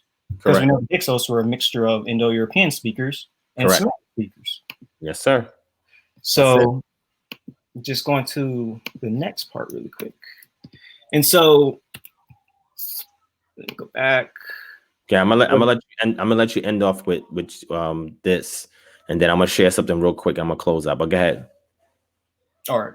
So a number of non-Semitic and Huron from the northeast of the ancient Near East, personal names from the 2nd millennium BC, for example, in the Amarna archive. And so I'm just going to go ahead and skip to what I want to get to. So basically, just to sum this part up, there's people from the Caucasus and the Zagros Mountains coming to the Levant, and these people are a Huron, perhaps an Indo-European speakers. We have, genetic evidence, as we can see, and even linguistic evidence. And so it says, earlier genetic analysis modeled the genomes of Middle to Late Bronze Age people of the Southern Levant as having almost equal shares of early local populations, a Levant Neolithic, and populations that are related to the Copper Age of the Zagros, suggesting a movement from the northeast into the southern Levant. And so I'm just going to stop. That's the problem when people look at these studies and they don't look at the migrations or the genetic flow of other groups into that region, right? And a lot of times, if you discover something in situ, that means you find something where it's at without being moved or traded or something else, and you find something and you do a study. A lot of those studies that they did does not go back to the Chalcolithic period, right? It doesn't go back to the Neolithic period, right? It goes back to a particular period of time that when you're finding them, the assumption is that these people were native, but they're not taking into account to all the other studies that shows these different migrations in and out of that region, right? And then the consistency of what we see, the E-M2 flow that is also in that region that we see comes from the Natufians that was there before the studies of those skeletal remains that they share in that report. So these are the things that people are leaving out. They're trying to find that silver bullet. And it's like, wait. Look at all these other articles that give you background before you read this article to help to validate why you see the affinities there, right? People are just tending to just block that out and just hone in on something that they feel is going to put a nail in our coffin. But go ahead. Yeah, and this is the last thing that I'm going to say. Just two last things. So going to EUpedia, and you look up their section on haplogroup J, what they say about haplogroup J is exactly what that article says long before that article came out. So basically, it says the other subclass of J1 cannot be considered to be the paternal descendants of the first speakers of Arabic. These other J1 lineages were Arab-derived, along with some J2 and some others. So E1B1B or E-M34 is another important Arabic lineage being followed in 25% of Jordanians and 10% of Saudis. Like J1 and E-M2, it is also shared with their Semitic cousins, the Jews. Now take a gander at this. So haplogroup E1B1B is considered to be the primary candidate for the origin of the dispersal of Afro-Asiatic languages across the northern and eastern Africa and Southwest Asia. Body bag. Yes, the Semitic languages appear to have originated within the subclad of M34. Yeah, that's a body bag. That's it. And so, just the last thing I'm going to say, actually, we're going to have to go back to this. We know that when it comes to this study, the questionable contribution of the Neolithic and the Bronze Age to European, that this study, when you get to the conclusion, it talks about how in the late Natufian samples from Israel is the source from which that Neolithic spread was derived. Then there was a clear sub-Saharan African element present of almost equal importance as the late prehistoric Eurasian element. Now going down here, it says the interbreeding of the incoming Neolithic peoples with the foragers diluted the sub-Saharan African traces that may have come with the Neolithic spread.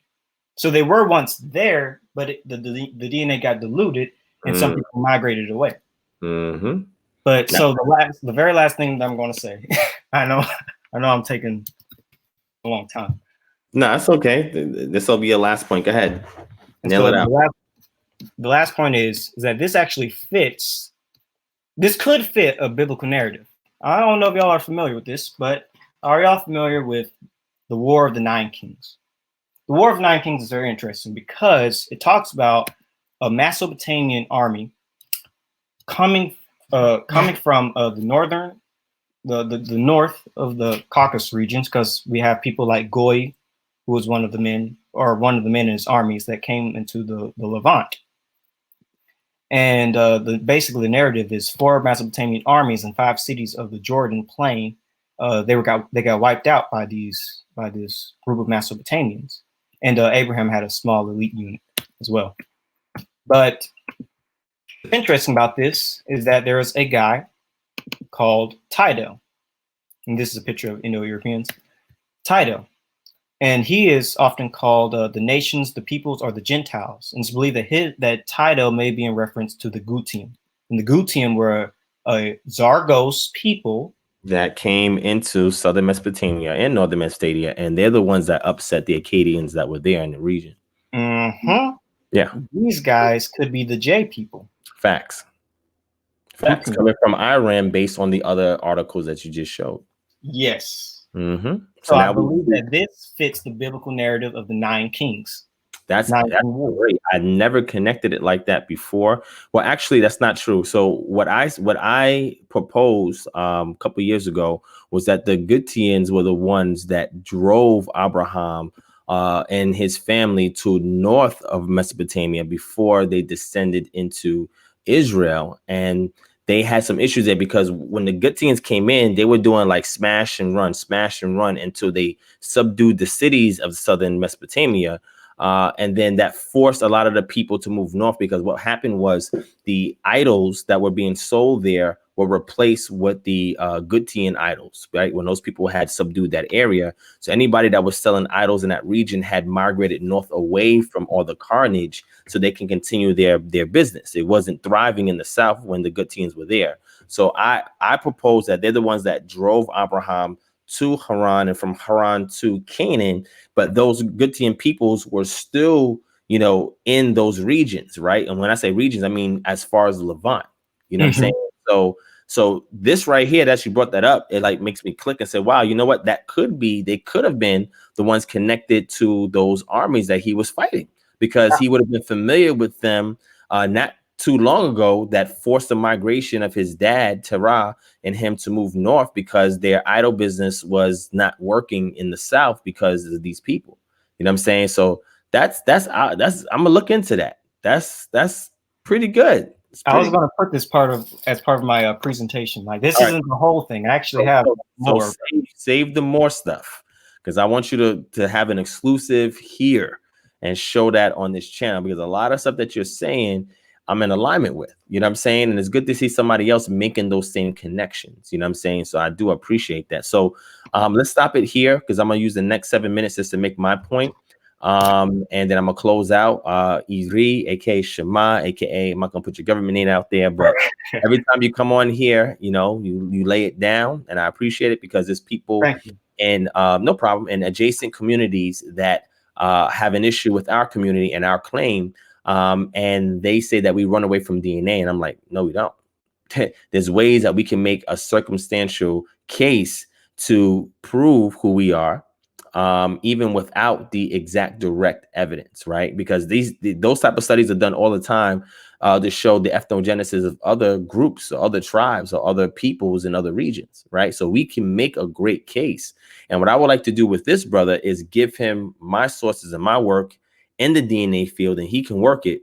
Because I share that from time to time, but I'm not like heavy into it like I am to other things. So I rather give what I have and what I've started and what I've touched on to people like you who are already doing it, so you can continue to mold yourself into a niche, so that way you can be a point of contact when people need somebody to share this type of data. And that's why I said I'm more than happy to have you do your presentation on this channel. You know what I'm saying? So thank you for your time, Shema. And again, I owe you a call. I know you've been saying divine win, divine win. I didn't really get a chance to look at all your emails. I just see the titles. I'm like, damn, I got to contact this brother. But it'll be soon. Again, I've been tied up. Should I email you again, or should I just wait? Or... No. So wait till after I come back. So wait till after the 19th. So the 20th, we can talk that evening, which is a Monday. We can chat that evening, because right now, between moving and then between getting this trip ready for Dallas, it's been a lot on my plate. So I haven't had a lot of time, you know, to really call out or talk. But after the 20th and afterwards, I should have more time to talk, so we can chat that week if you want. All right. Okay. All right, cool. And again, let me know whenever you're ready for the presentation. Send it to me first. Let me vet it, and then I'll say, okay, cool, this works. Go ahead and do your thing. You know what I'm saying? Yeah, definitely. So thank you for your time, Shema. I appreciate you, my brother. Thank you for having me on. Anytime, King. Shalom. Shalom.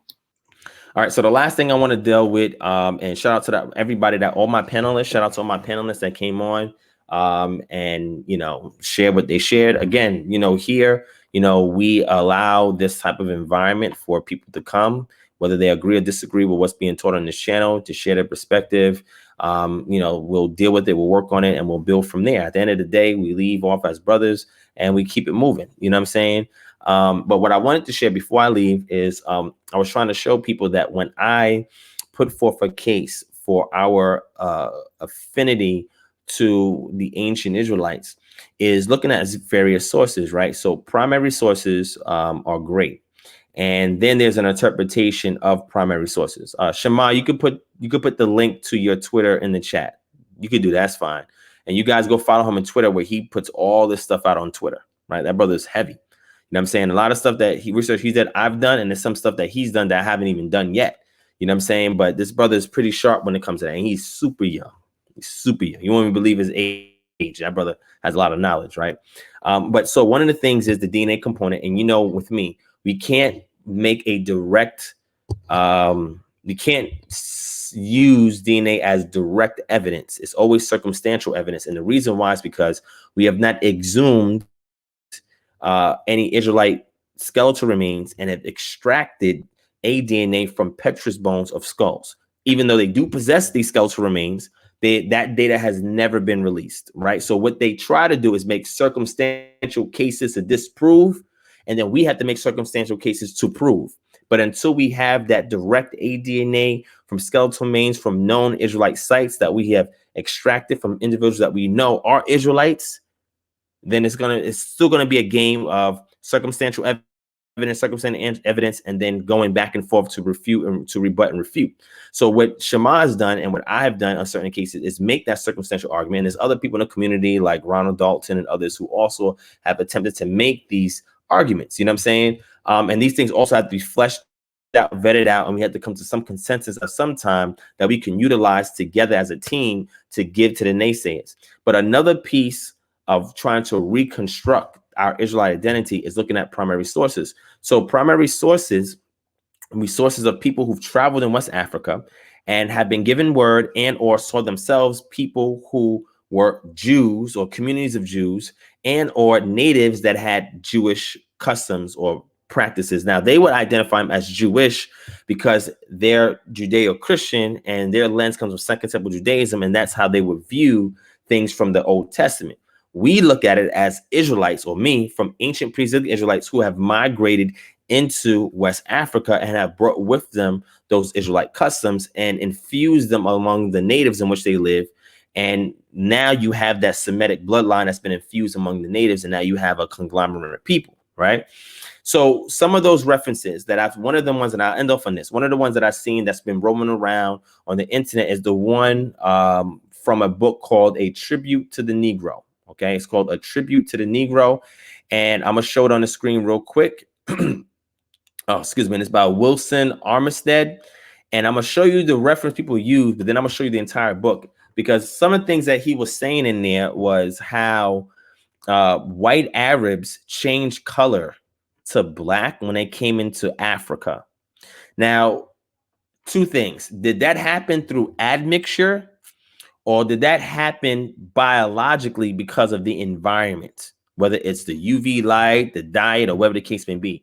That's up for grabs, because obviously they didn't have enough scientific data to conclude that at that time. But the thing that I'm interested in is either their firsthand accounts or secondhand account information of various Jews that lived in various regions in West Africa, and the admixture of some of these Jews. Some of them they said about some of them that they stayed as an isolate to themselves, and some other ones admixed with the local peoples, and that is what I present. That's why I said I don't take away from anybody that wants to identify with certain West African groups and certain West African cultures or traditional spiritual systems. I simply try to make the point that you also have Israelite bloodline infused into these, in not all West African groups, but a good amount of West African groups, and therefore you can also identify with that bloodline and with that culture by way of the ancient pre-Israelite cultural paradigm, because that best describes the time capsule of Israelite customs and migrations in West Africa when you can unpack it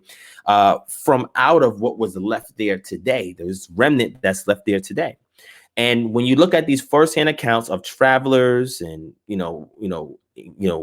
people who went into Africa and got accounts of Jews in these regions and what they look like, you also got to look at the entire context in which this person is writing. And one thing about Wilson Armistead is that he tried to vindicate the Negroes, because Negroes got such a bad name and stuff. He tried to vindicate them in this book that he wrote. So let me show it to you on my screen so you guys can see what I'm talking about. Okay.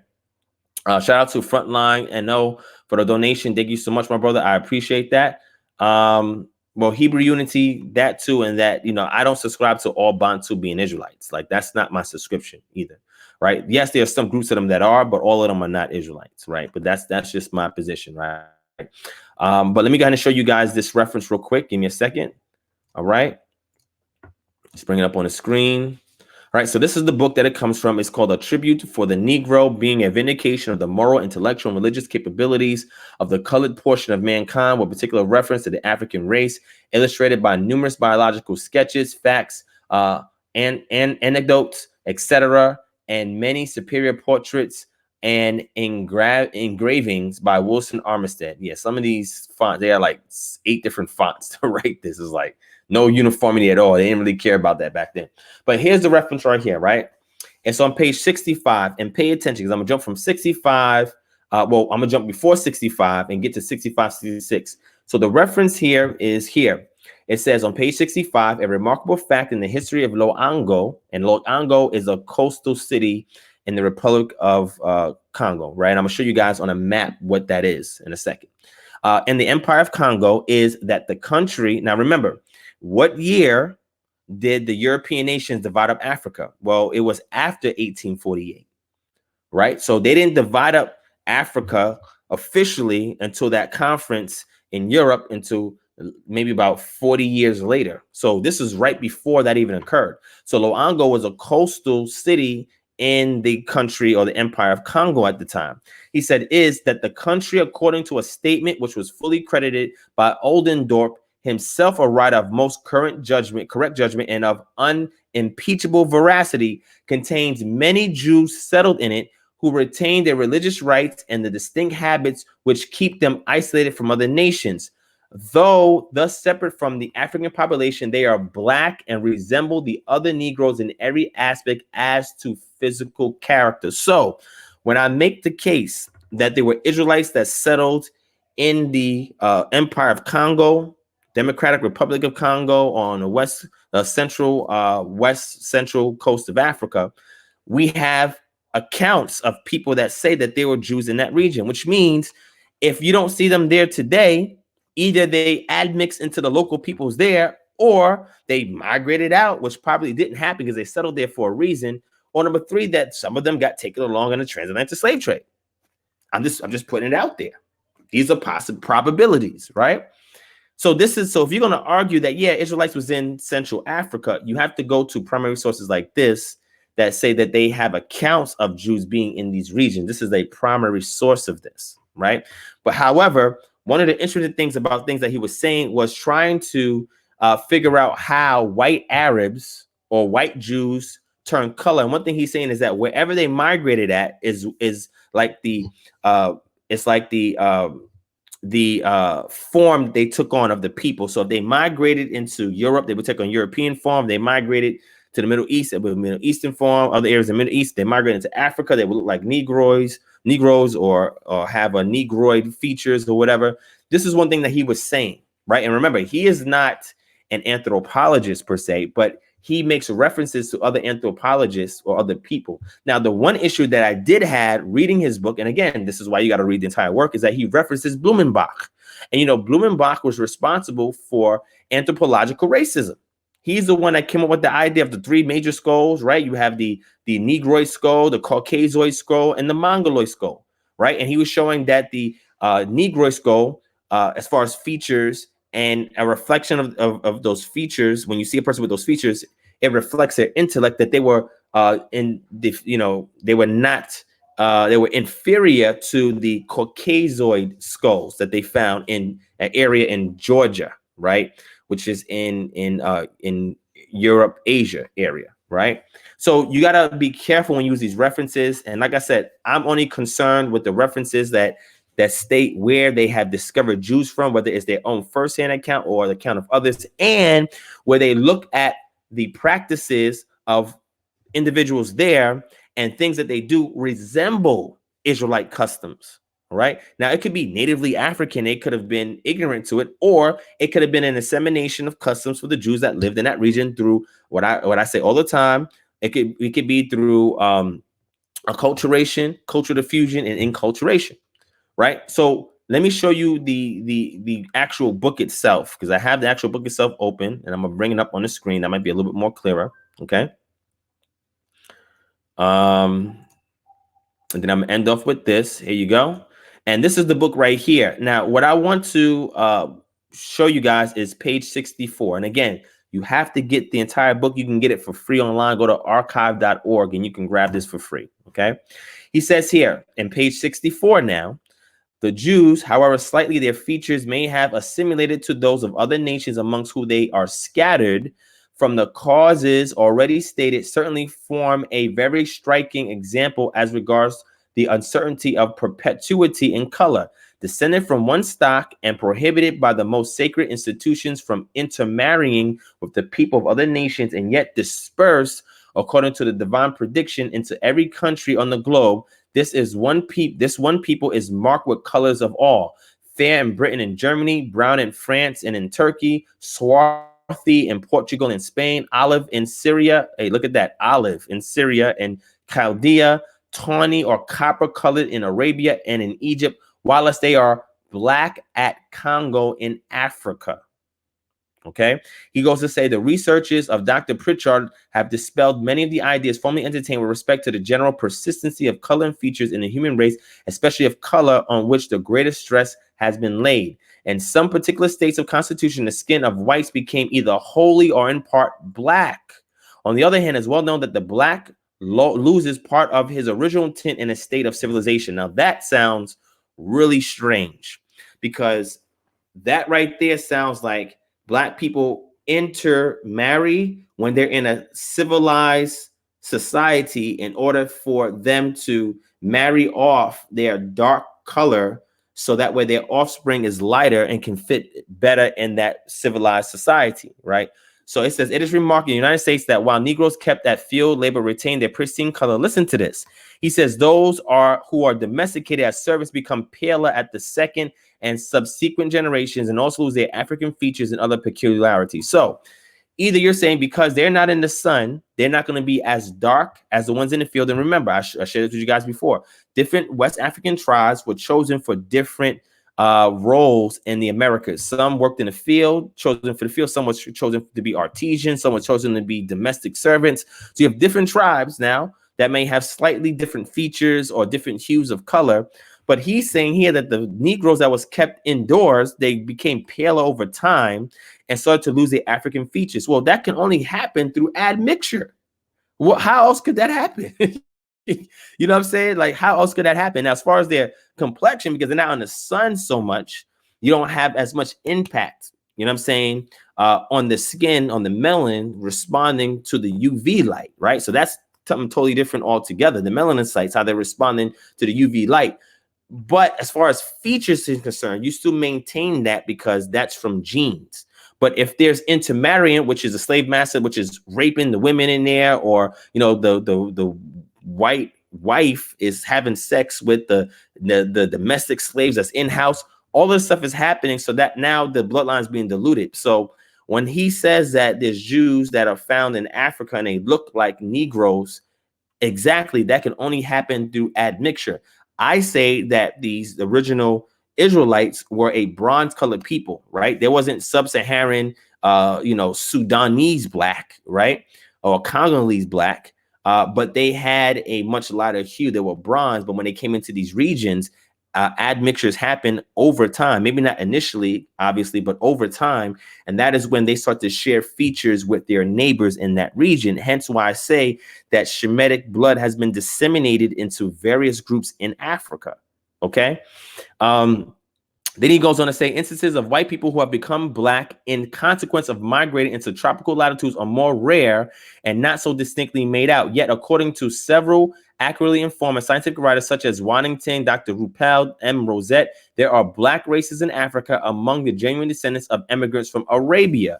Detachments of Arabian family migrated 11 or 1,200 years ago into northern Africa, where they have founded states of some importance, and in some instances, they have passed into a perfectly black complexion, although improved in form and stature, and notwithstanding that they reside in the north of the Negro countries.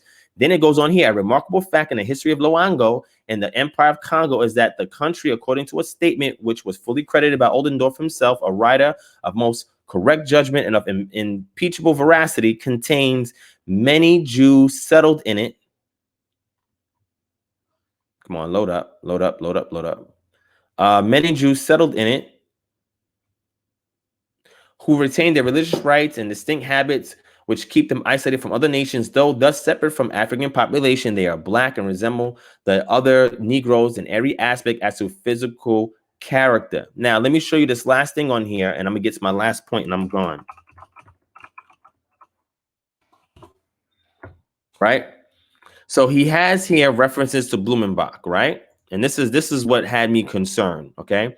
He says, two of the dissertations, according to Blumenbach, exhibited much well-digested knowledge of the best physiological works of the time, right? He was well-versed in astronomy and spoke the Latin, Hebrew, Greek, French, Dutch, and German languages. In an account of his life published by the Academic Council of the University, his integrity, talents, industry, and erudition are highly commended. So one thing you have to deal with when trying to vet a source is the author speaking about other academics in a very flattering light. You got to be very careful with that because this shows a bias. Okay. And I'm just giving you our free game. Okay. So he mentions Blumenbach there. He mentions Blumenbach again here. A negress at Yverdun is mentioned by Blumenbach as being celebrated for real knowledge and a fine, experienced hand. He mentions Blumenbach again here. He says, without attempting to enumerate all the Negroes who have written poems, it may be mentioned that Blumenbach possessed English, Dutch, and Latin poetry by different colored persons. Okay, so he mentions Blumenbach quite an amount of times because he has a bias towards Blumenbach, but we know Blumenbach was an anthropological racist. We know that as a fact. Okay, so I'm gonna show you two more things because he also mentions them being in the, them being or migrating, these Jews migrating to the west coast of Africa, being Judeans. This is what he says in the Tribute of a Negro. He mentions that there. And then we have references from other people who also mention Jews in those regions as well. And then remember the Congo? I told you about Luango. So here's this. Let me show you this book by Robert Nassau Hamil, or Hamil Nassau, who also he wrote about this, examining the native customs of the people. And he says, looking at the native customs of the people, that they're doing something that looks like Passover, right? According to what he's looking at. And remember, they have been mention of Jews that were there in that region. So through acculturation, cultural diffusion, maybe some things got mixed between the natives that were there and the migrating Israelites. And over time, it became indistinguishable, right? In regards to certain customs and practices, origin sources. And that's why you got to look for a myth to tie to every custom to see if it's indigenous to those people or if it's something foreign, right? And also things within their oral tradition that is foreign. So if somebody in the Congo is talking about a famine or talking about a desert wasteland, those are things that they wouldn't, if they lived there natively, would not have experienced, because in the Congo there's rainforests. So if you find elements like that in the oral tradition, that those elements are foreign and they come from some other source. Okay. And I would say through admixture, or maybe some people say, well, it could be influenced through colonists or whatever. It could be that too, but it's up for grabs on what is the real position. This is why you have to make circumstantial evidential cases. Okay. So I wanted to show Robert Hamil Nassau. Well, I could just give it to you. You can go look at the source. So if you want it, let me know. Where he says that he's examining the peoples there where he was at in West Central Africa. And he's saying that there's practices they doing that look like Passover. Then when you go to G.T. Baston, who was among the Igbo for 20 years, and saying, in order for you to understand the Igbo, you got to study the book of Leviticus, because a lot of the customs that they're doing it looks exactly like this text here. Then he also makes a reference to Robert Hamil Nassau and his work of him being in West Central Africa in regards to other similar customs of the peoples there that look like what they see in the text. And then we have references, like I just showed you, from a tribute to the Negro that shows that there were Jews, groups of Jews that looked like Negroes in every way, but had their own customs that lived in these areas amongst the natives. So this is called primary evidence that you're using to make a reference. All right. So with that, I think we passed on our time. I'm not sure what y'all saying in the chat. But again, family, thank y'all for watching. Hope you guys enjoyed the show. Again, don't forget, look down below. Please patronize our GoFundMe, our Patreon. And if you have any questions or concerns, email us at kingdomharbinger@gmail.com. If you want to sign up or join our credit repair, debt elimination services, for the services or for employment, or naturopathic health consultation services or employment, email us also down below. Everything is down below. All right. If there's anything that we can do to help you guys out in any way, email us at kingdomharbinger@gmail.com. All right. Thank you, everybody, for joining in the show. Hope you guys enjoyed it. Please join us for next Friday. Next Friday, I will be in Dallas. Next Friday, I will do another Freestyle Friday from Dallas. Okay. After we do our street campaign and kind of give y'all the skinny on what went down. And again, if you're in Dallas next weekend, I will be there next week. Friday, Saturday, and Sunday. Please come out and join us. All right. If you're in Dallas, if you don't live in Dallas, but you got family, friends, associates in Dallas, make sure you have them come out as well. The flyer will be up soon. It will be on the community tab here on YouTube. It will be on Facebook, Twitter, and Instagram. Okay. Or you can email me for it and I can give you the flyer and you can disseminate wherever you want. And again, like I said, family, we're doing something that you have never seen before, and it requires you guys to get involved and for it to be successful. All right. So thank you, everybody, for watching the show. Hope you guys enjoyed it. I appreciate everybody and your feedback. Look forward to seeing you guys again. Peace and shalom.